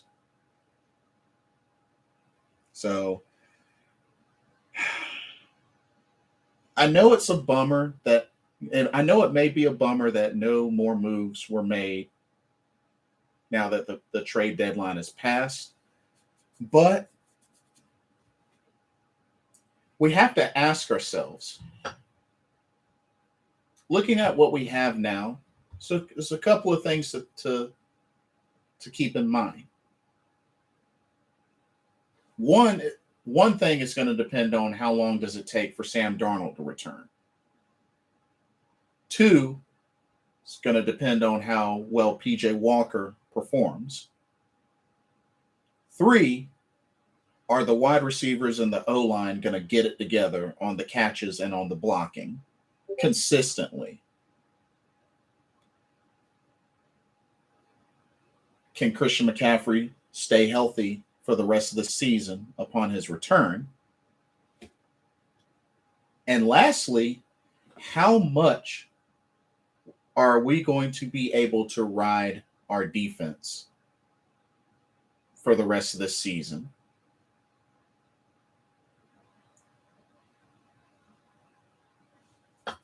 Because I have a feeling that we're going to have to ride our defense quite a bit through the rest of this season to even stand a chance at a wild card. Now, Nathan says, I hope our offense has looked very good with C-Mac this year. So you're right. That's the one thing we can cling onto if he plays. The defense will be fine if we can give them enough rest. That's the key. Ace says we have been spoiled this season when it comes to trades. We need to run the ball well. Yes, that was one thing that really stood out in the Atlanta game, was the offense was able to keep the drive going. And not only that, at least, I know we didn't get a lot of touchdowns, but Zane Gonzalez did come through and gave us 4 field goals, including a 57-yarder, something we haven't seen in a while. So we at least know that we have a scorer in Zane Gonzalez. I think he's may have missed 1 field goal for us since coming to Carolina. I think he's either missed 1 field goal or 1 extra point. But Zane has been pretty solid since his arrival in Carolina. Probably should have kept David Moore. Yeah, but I guess they were thinking that Terrace Marshall was going to be the one to, you know, one of each. I think versus that's right. That's right. I forgot. I forgot. Thank you for reminding me. One of each. That's right. Because he had the field goal blocked, which that wasn't on him, but the missed PAT that was on him. So yeah. So I mean, other than that, Zane has been good for us, and I think somebody we should consider keeping. I think we should consider keeping Zane. But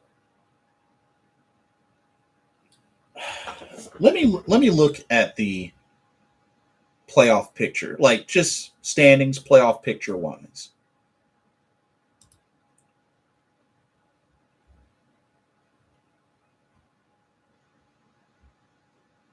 I mean,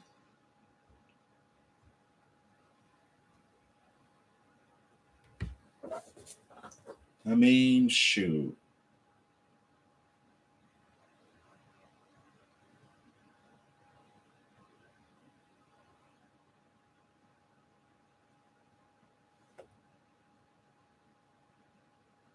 We are what? We're one behind the wild card. Yeah, we're one behind the wild card. So I mean,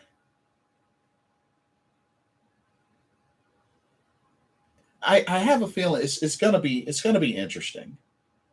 It's definitely gonna be interesting. And like I said, I know a good boost for us is that we have been undefeated in our division so far, so far. But of course, the real test is going to come when we play Tampa Bay twice.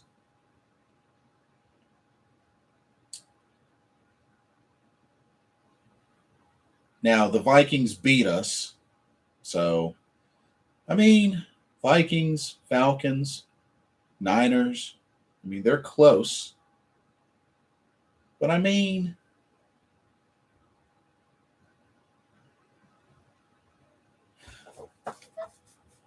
oh, I got a question for y'all. I got a question,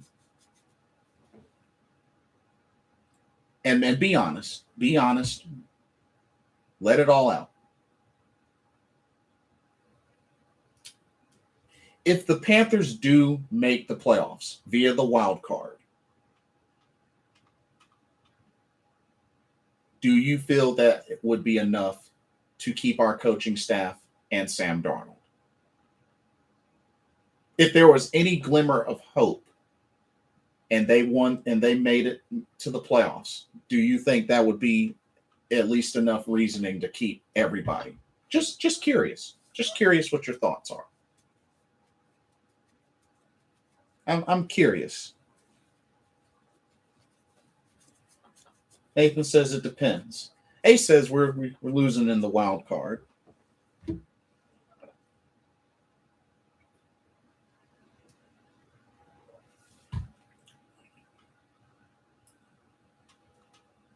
I'll say this.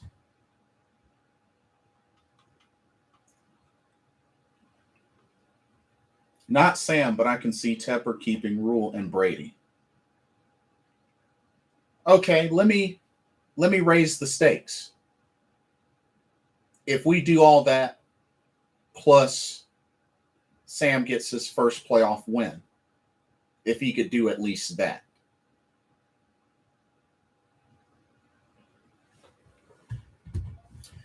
Nathan says if we can get there purely on the back of our defense, then no. Offense needs to hold its own and prove its worth. This is true. This is true. And it'll be obvious. It'll definitely be obvious. Depending on how the team plays, it'll be obvious to tell between the two. So you're definitely right about that. But I don't know, y'all. Like, if somehow, just out of a miracle, we get there and Sam gets his first playoff victory, I mean, I personally would still go with a different quarterback, but it wouldn't surprise me if folks were thinking, well, he won us a playoff game. We'll give you another shot. We'll keep that 5th-year option, and we'll give you another year. It could happen. I mean, they already picked up his 5th-year option. So I mean, I feel like that in itself is incentive, because even if they let him go, he still gets paid that money. He still gets paid that money, which I think was what, 18 mil? Yeah, he's still gonna get paid that money. So, but yeah, it really makes me kind of wonder. And this is me, a total like speculation, hypothetical situation. Because like I said, my original prediction was 10 wins. It's still in reach, but it's not gonna be easy. Like, I really, really, really regret them not beating the Vikings and them not beating the Eagles. The Giants, I mean, that really, I don't know what happened with that. So much fell apart with that. But I really, really hate that we didn't beat the Vikings and we didn't beat the Eagles. Like, those two hurt. And I mean, even I know the Giants loss hurt, but man, the Vikings and the Eagles loss, those hurt like crazy. So, but yeah, only time will tell, y'all. Like I said, the last 2 things Carolina did, picked up Josh Love, picked up Willie Sneed. Ace says we should be at least 6-2 right now. Yeah. Yeah, absolutely. We really should. On paper, we should. Some may argue and say 7-1, but yeah. But we'll just have to see what happens. Trade deadline is over, so a lot of talks are going to die down until the off season. But that Eagles loss disgusted me the most. Oh, dude, I was there, and my brother was there with me. He's an Eagles fan. Oh, he let me have it. So, now we have the harder schedule coming up. If we can win 3 out of the 4 games we have coming up going into the bye, I'll be happy. Which that would put us at least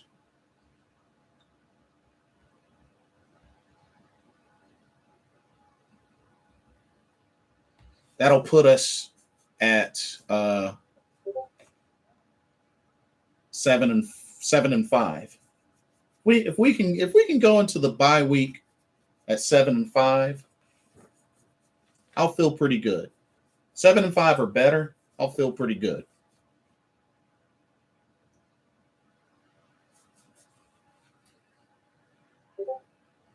Nathan says if we win 2, I'll be happy. So if we go into the bye 6-6, that would be pretty good. The thing is, coming out of the bye is going to be tough. Eagles fans took over the bank. Hurts did Cam celebration. Everything went wrong. Yeah, it was insulting. It was definitely insulting. Dolphins and Washington must win. The rest are bonuses.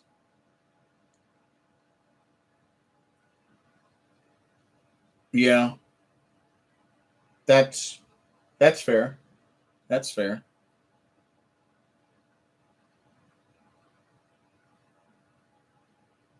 Now let me ask you this.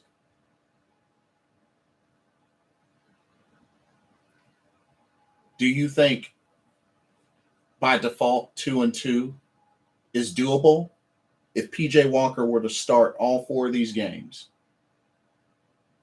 and Sam didn't come back into the bye until after the bye? I know some folks predicted week 11, but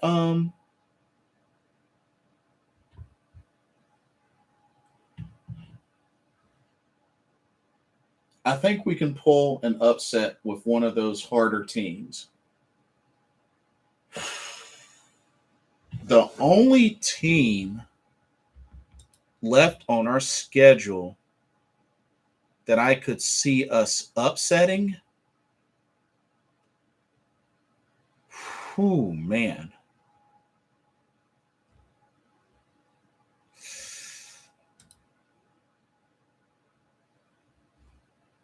That's tough.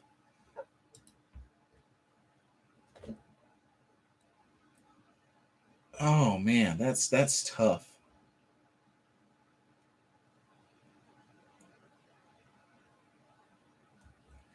The only well, I don't know. The only team I could see us upsetting are the Bucks. I think we have a chance to split them.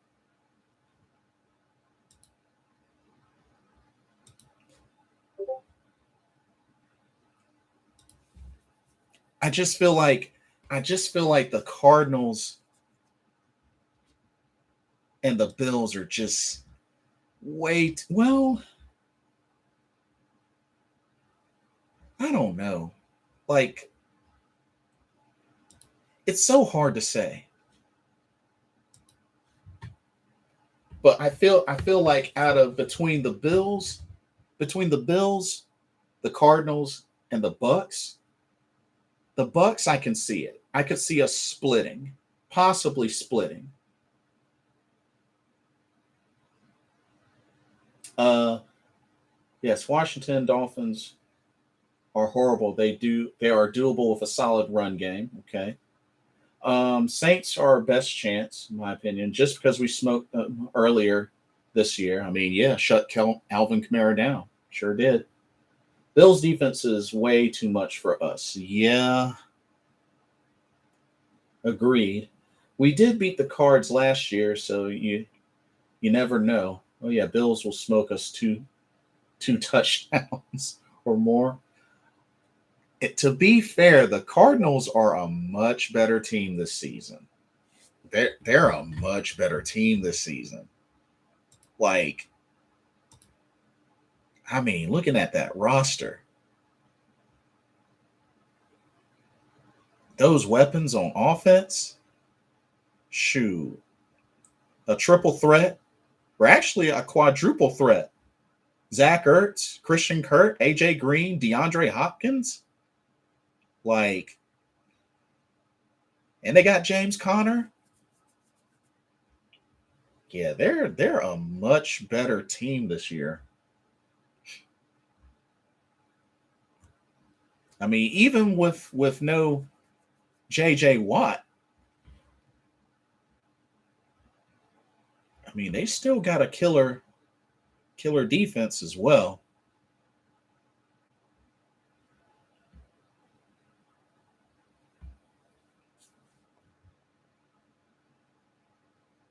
Oh, Hopkins is injured. Do you know for how long? The offense can do something. We will match up well versus them. Our secondary is a strength. True, true.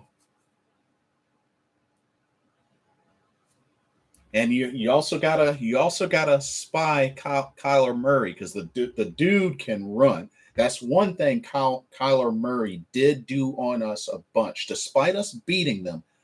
Kyler Murray ran all over us. So he's a dual threat. So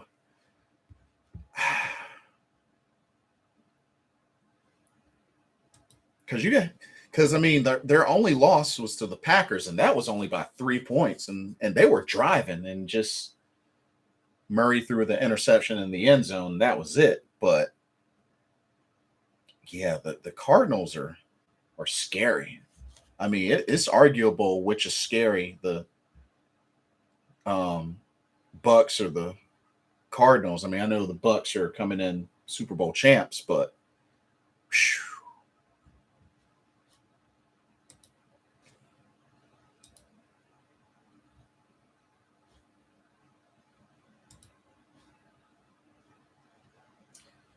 Yeah, Packers missing heaps of players though was a bad loss.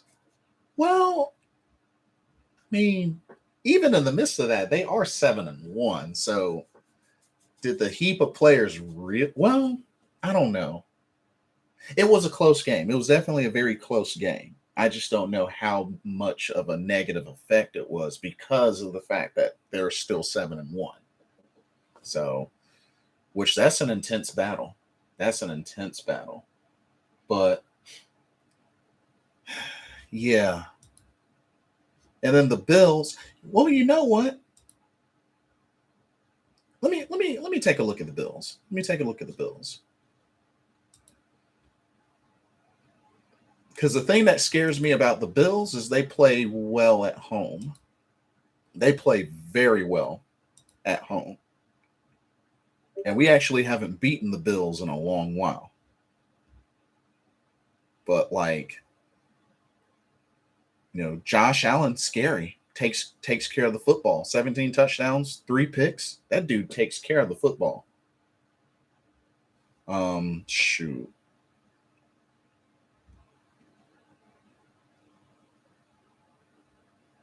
I think we'd have a chance to shut down their run game. But I mean, you look at their weapons on offense. Stephon Diggs, Cole Beasley, Manuel Sanders. Yeah, their passing attack is crazy. I think we could stop the run game. I think we could stop the run game. And then defense, yeah. Got some former Panthers on there. Star, Super Mario, Effie's over there. Tremaine Edwards. I mean, they got a lot. Yeah, that defense is scary. AJ Klein, that defense is scary. Like, whew. Even if we had Sam, that defense, it's crazy.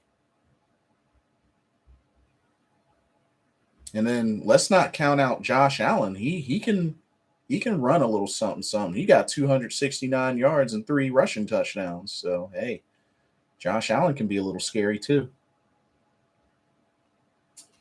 I give us a chance versus the Cards. I'm talking about myself into it. Gilmore versus Hopkins. We contained Murray last year, beat them with Teddy check down. We can do it again if we play our best.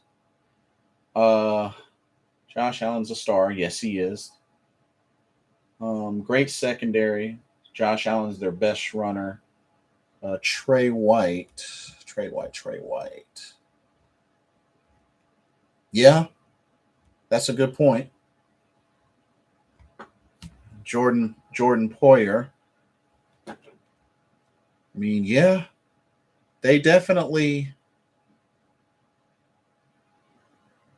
are a dangerous bunch.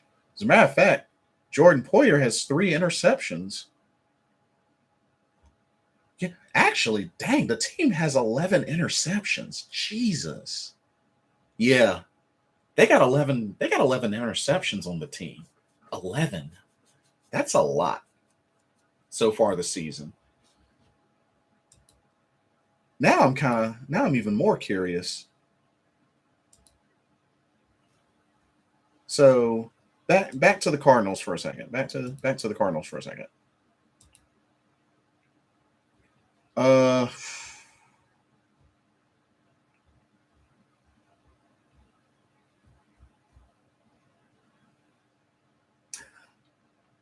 Okay, so Cardinals defense definitely isn't that threatening compared to the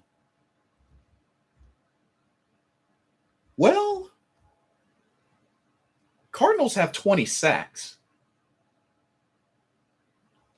Cardinals have 20 sacks. They have 6 picks, but they got 20 sacks. I don't know. Cardinals are still a pretty scary defense.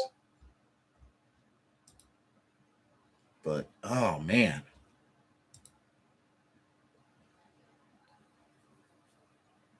Ace has Bills versus Packers or Cards for the Super Bowl. Oh, Nathan, the Bills are your Super Bowl pick? Like, pick to win the Super Bowl? Oh, man. Interesting. And then, let's see. Yeah. Bills have 16 sacks and 11 interceptions. Let me look at the Buccaneers defense. I'm kind of curious what the Bucs have done on defense. And then also the Bucs are undefeated at home so far. Also keep that in mind. The Bucs are undefeated at home this year so far. So they have been protecting home court. All righty, Nathan. Thanks again for coming in and chatting it up. Much appreciated. Rest well. Let's see. Well, 10 interceptions and 17 sacks. Yeah. Dang. So realistically, all three of those teams have superior defenses. Bucks, Bills, Cardinals, they have superior defenses. Whew, that's gonna be tough. That's gonna be tough, y'all. But Cards also have Chandler Jones. Yep. And he is a threat. But oh man. But let's keep our heads up as best as we can. We're back at 500. 4-game losing streak hurt, but we got a chance to build a new win streak. We're at 4-4. It's not going to be easy, but we got a couple of games that we can definitely win. Like I said, the Cardinals game is going to be the toughest out of these upcoming 4 games, but we got a big spark from the defense in the Atlanta game. So we got a lot of folks returning from injury. Let's not sleep on the season yet. We got folks returning from injury. That'll definitely help. Example, Shaq Thompson. And, we got Christian McCaffrey's making his way back. Justin Burris, Miles Hartsfield. We're getting some folks healthy back. Only thing I can say, once that happens, make as big of a push to the playoffs as we can. It's not over yet, but we got to continue to be positive. We've seen it bad this year, and we've seen it good this year, but we're not done. I just want to leave y'all with that. It's already bad enough seeing a lot of folks not, really going to the games and such. Just a lot of folks giving up on the season. No, we're not at that point. We can't be. Can't be at that point. We got to just keep going and continue to cheer these folks on and make plays. I mean, we're at least a top 10 defense. And the offense, while having its major holes, if they can execute, the offense shines. If they can execute. But I'm going to leave y'all with that. Yes, Ace, we do have to keep pounding. We do have to keep pounding. And 1 second.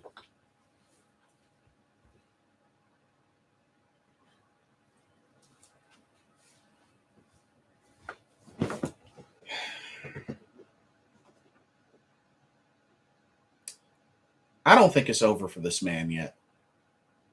Despite all the trade talks, I don't think it's over for Run CMC 22. I don't think it's over. We're about to get this man back. And if he can get back to 100%, this man will be a nightmare to opposing defenses. So, got to stay positive. Got to hope that our receivers can bounce back. PJ Walker, you're going to be tested. This is your chance. Prove us wrong, PJ. This is your chance. And Sam, rest up, get healthy, take this time to look over some things. We got work to do. But I agree, Ace. I hate that people are just giving up on CMC. Me too. Me too. We can't give up on him. I'm not going to give up on him. Because we've seen what this man can do. So let's hope for the best. If he can come back and finish the season out, if he can at least finish the season out, that's a big positive. It's a big positive. Not only that, we've seen this man make it through 3 seasons. So it's not impossible. It's not impossible. And he has the chance to finish out the rest of the season. And it's especially going to help when the bye week comes, because that means extra rest. We lighten his load, put a little bit more pressure on Chuba, Abdullah, Freeman, lighten his load, let him ease back into things. By the time we come back from this bye week, this dude's going to be ready. He's going to be ready. He's hungry. He's hungry. This man is saying, despite getting roughed up, feed him the ball.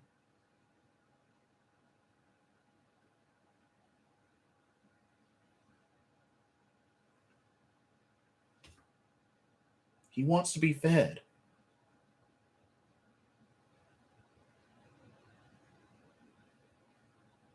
So that's all I can say. That's all I can really say. Keep an eye out for my Week 9 preview video. As the Carolina Panthers return home to take on the New England Patriots. It's going to be tough. It's going to be interesting. Both teams coming in 4-4. We'll go over some things. See what the injury report looks like. We'll see how Run CMC here is feeling. He's eligible to return this week. So we'll see.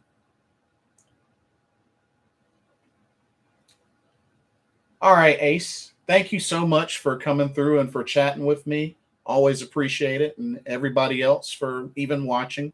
Thank you for the likes as well. But yeah, look forward to that, and I will be in touch. But anyway, thank y'all so much for watching. For this edition of Carolina Panthers Talk, brought to you by Blitzball Champ Gaming, I'm your host, Blitzball Champ Jason Ingram. Hope y'all have a continue to have a blessed week, and I will see y'all very soon. Good night, everybody, and stay safe. Keep pounding. We miss you, Run CMC. Come back soon.